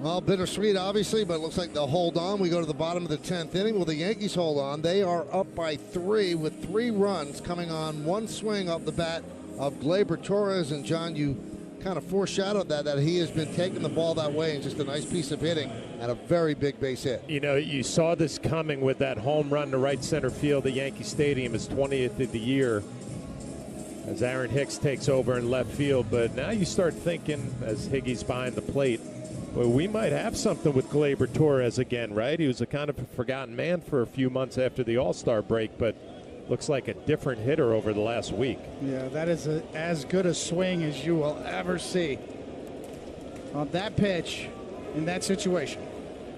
Runner at second base, and automatically Reese McGuire gets plunked by Holmes, so that puts runners on first and second, nobody out.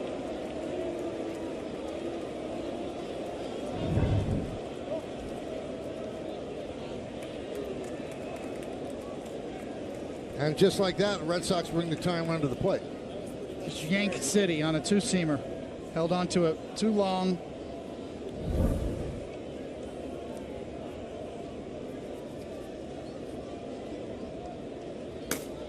And Wandy gets up just in case. You know, David, you're talking about on the pitch because it was a 2-seamer in.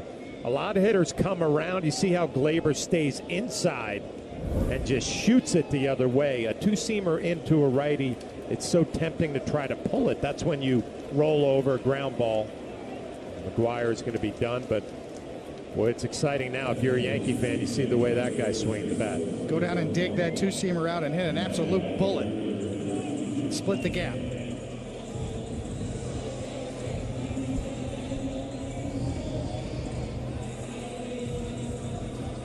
So McGuire leaves the game, and Connor Wong is the pinch runner. And now the top of the order for the Red Sox against Holmes, starting with Tommy Pham. So first and second, nobody out. Yankees lead 7-4. Yankees have out hit the Red Sox 8-5.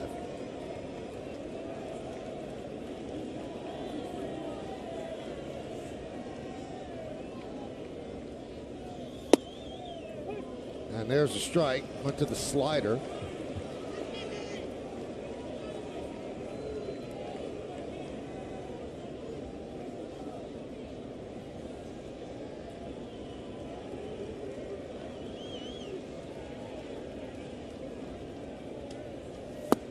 Big cut, 0-2.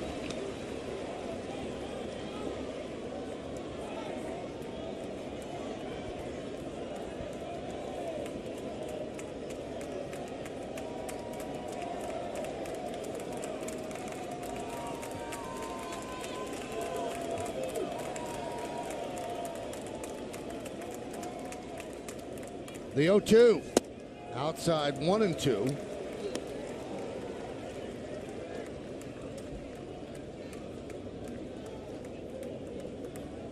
Hernandez is at second. Wong is at first.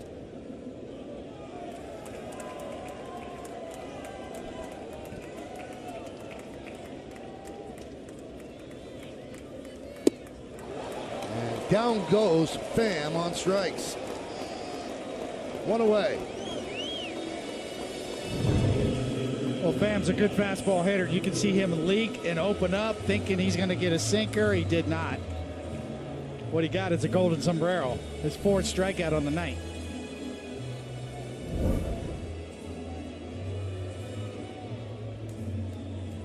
Well, with Verdugo coming up, that's going to do it for Holmes. They'll call on Peralta to try to get the final two outs of this one. Yankees lead 7-4. Red Sox have runners on first and second. One man out. Verdugo coming to the plate as a tying run.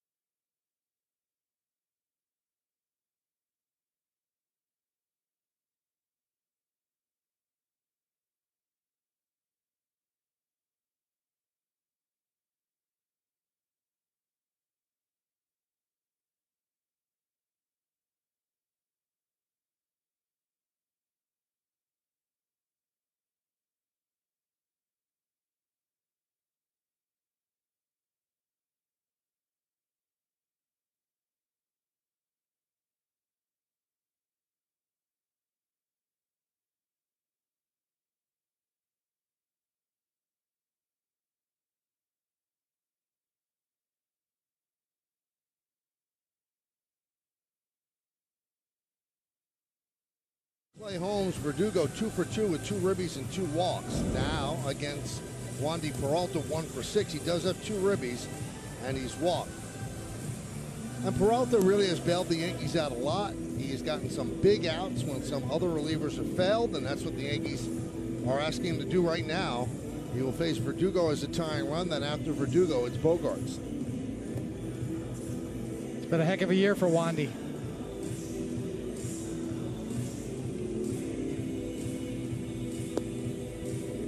Kike Hernandez is at second. The pinch runner Connor Wong is at first.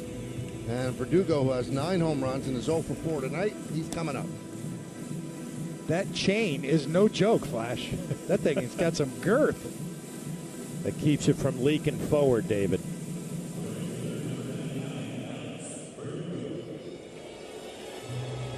Almost looks like a bike chain.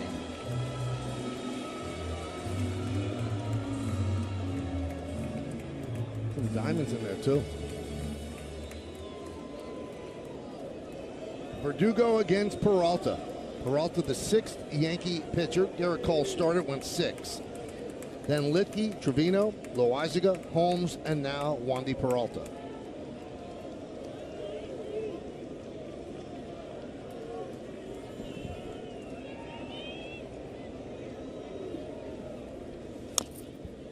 Announced crowd of 34,250.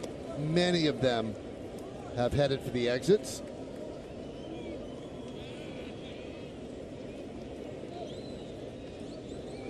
Greg Weissert is up.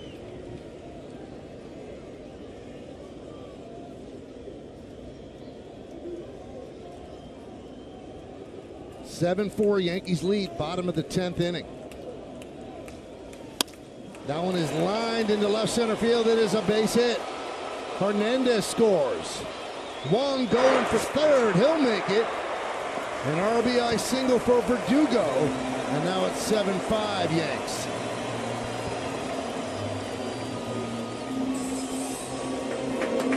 Well, you give up the base hit, but the most important base runner was Verdugo being held at first base. Aaron Judge with the throw to third. A nice piece of hitting by Verdugo going the other way.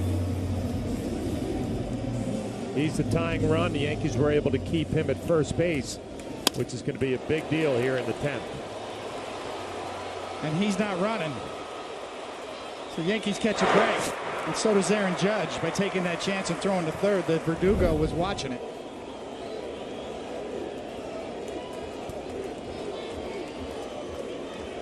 So here is Xander Bogaerts. Time runs at first. The winning runs at home plate. Fouled away.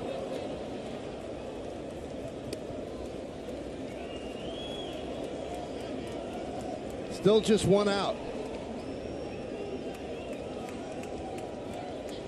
Bogaerts has been a hot hitter for the Red Sox. He's the guy they want up there right now. Last 16 games coming in, hitting .468.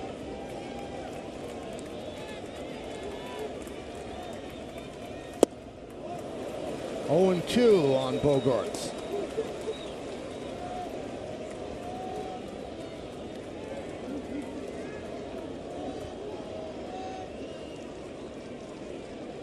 There's some guys you put in big spots and they tighten up a little bit. Wandy is not one of those.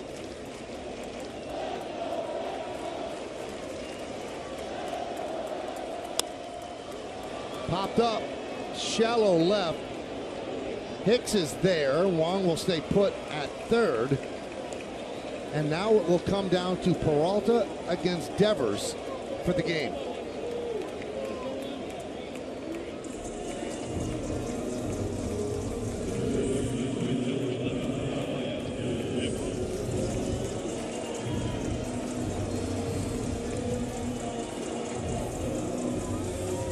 Devers is 0 for 3 with a walk tonight. Peralta's a little different when you're left on left. And Devers, you're going to see changeups from Peralta, which left-handed hitters are not used to seeing. He'll run the fastball in on his hands.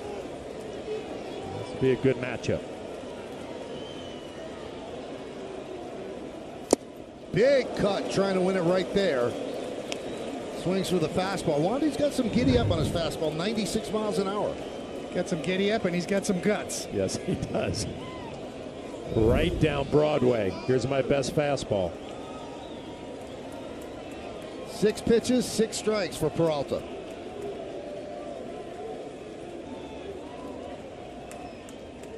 The left-hander sets. 1-1. Well, he's 0 for 8 against Peralta with 2 strikeouts. Yankees trying to hold on to win the first game of this 2-game set.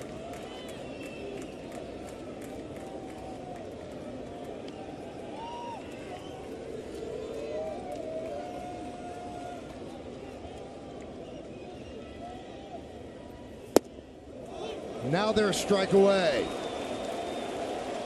There was that change, 1-2.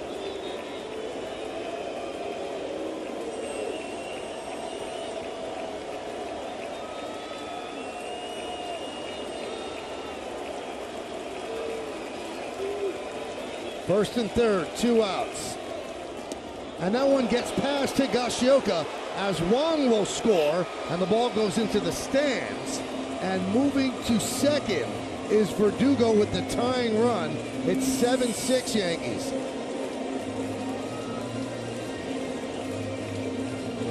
Well, we'll take another look at the pitch. I mean, he just yanks a fastball. There is nothing that a catcher can do there. You're not anticipating ball in the dirt. Higashioka just tried to keep it in front, couldn't do it. And Verdugo now cruises into second base, and a base hit has the possibility of tying this one up. 2 balls, 2 strikes, 2 outs, runner at second. 7-6 Yankees, bottom of the 10th. Time call. Boy, a yanked fastball came out of nowhere. 60 feet 6 inches. That was probably like 56 feet, maybe.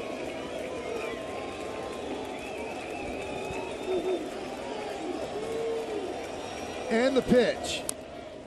Just got a piece to stay alive. Almost like a cricket swing.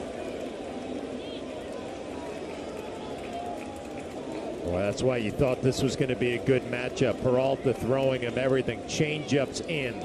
Sinkers in. Threw him a fastball down the middle and challenged him. Devers just fighting it off, hanging in there.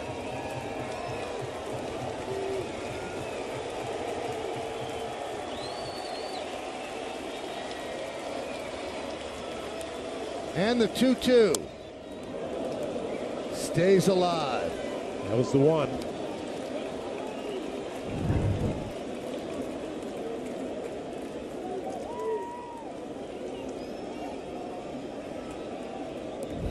That's not exactly shortening up, right? And trying to punch one.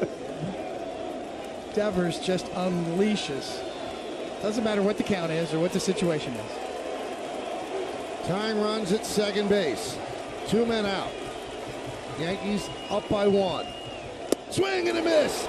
Yankees hold on. They win 7-6. 7-6 in 10 innings. A couple of Aaron Judge home runs. Everything you could want as the Red Sox threaten, but they don't get the big hit, and the Yankees get the big win. Well, we talked about it earlier in this game. You're going to have to go to the last pitch to try to win a game at Fenway Park. Peralta change-up in. Fastball catches the outside corner. Yanked fastball down and away. Run will score. Sinker in. Devers just hangs in there. That's the pitch he needed to hit. Finally, the slider. And Wandy Peralta does it again. Talk about saving a slider in your hip pocket for the perfect time.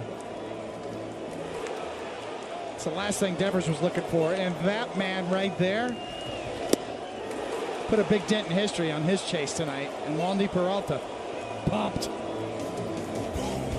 Well, we saw home runs number 56 and 57. We saw win number 86 for the Yankees as they creep closer to winning the AL East.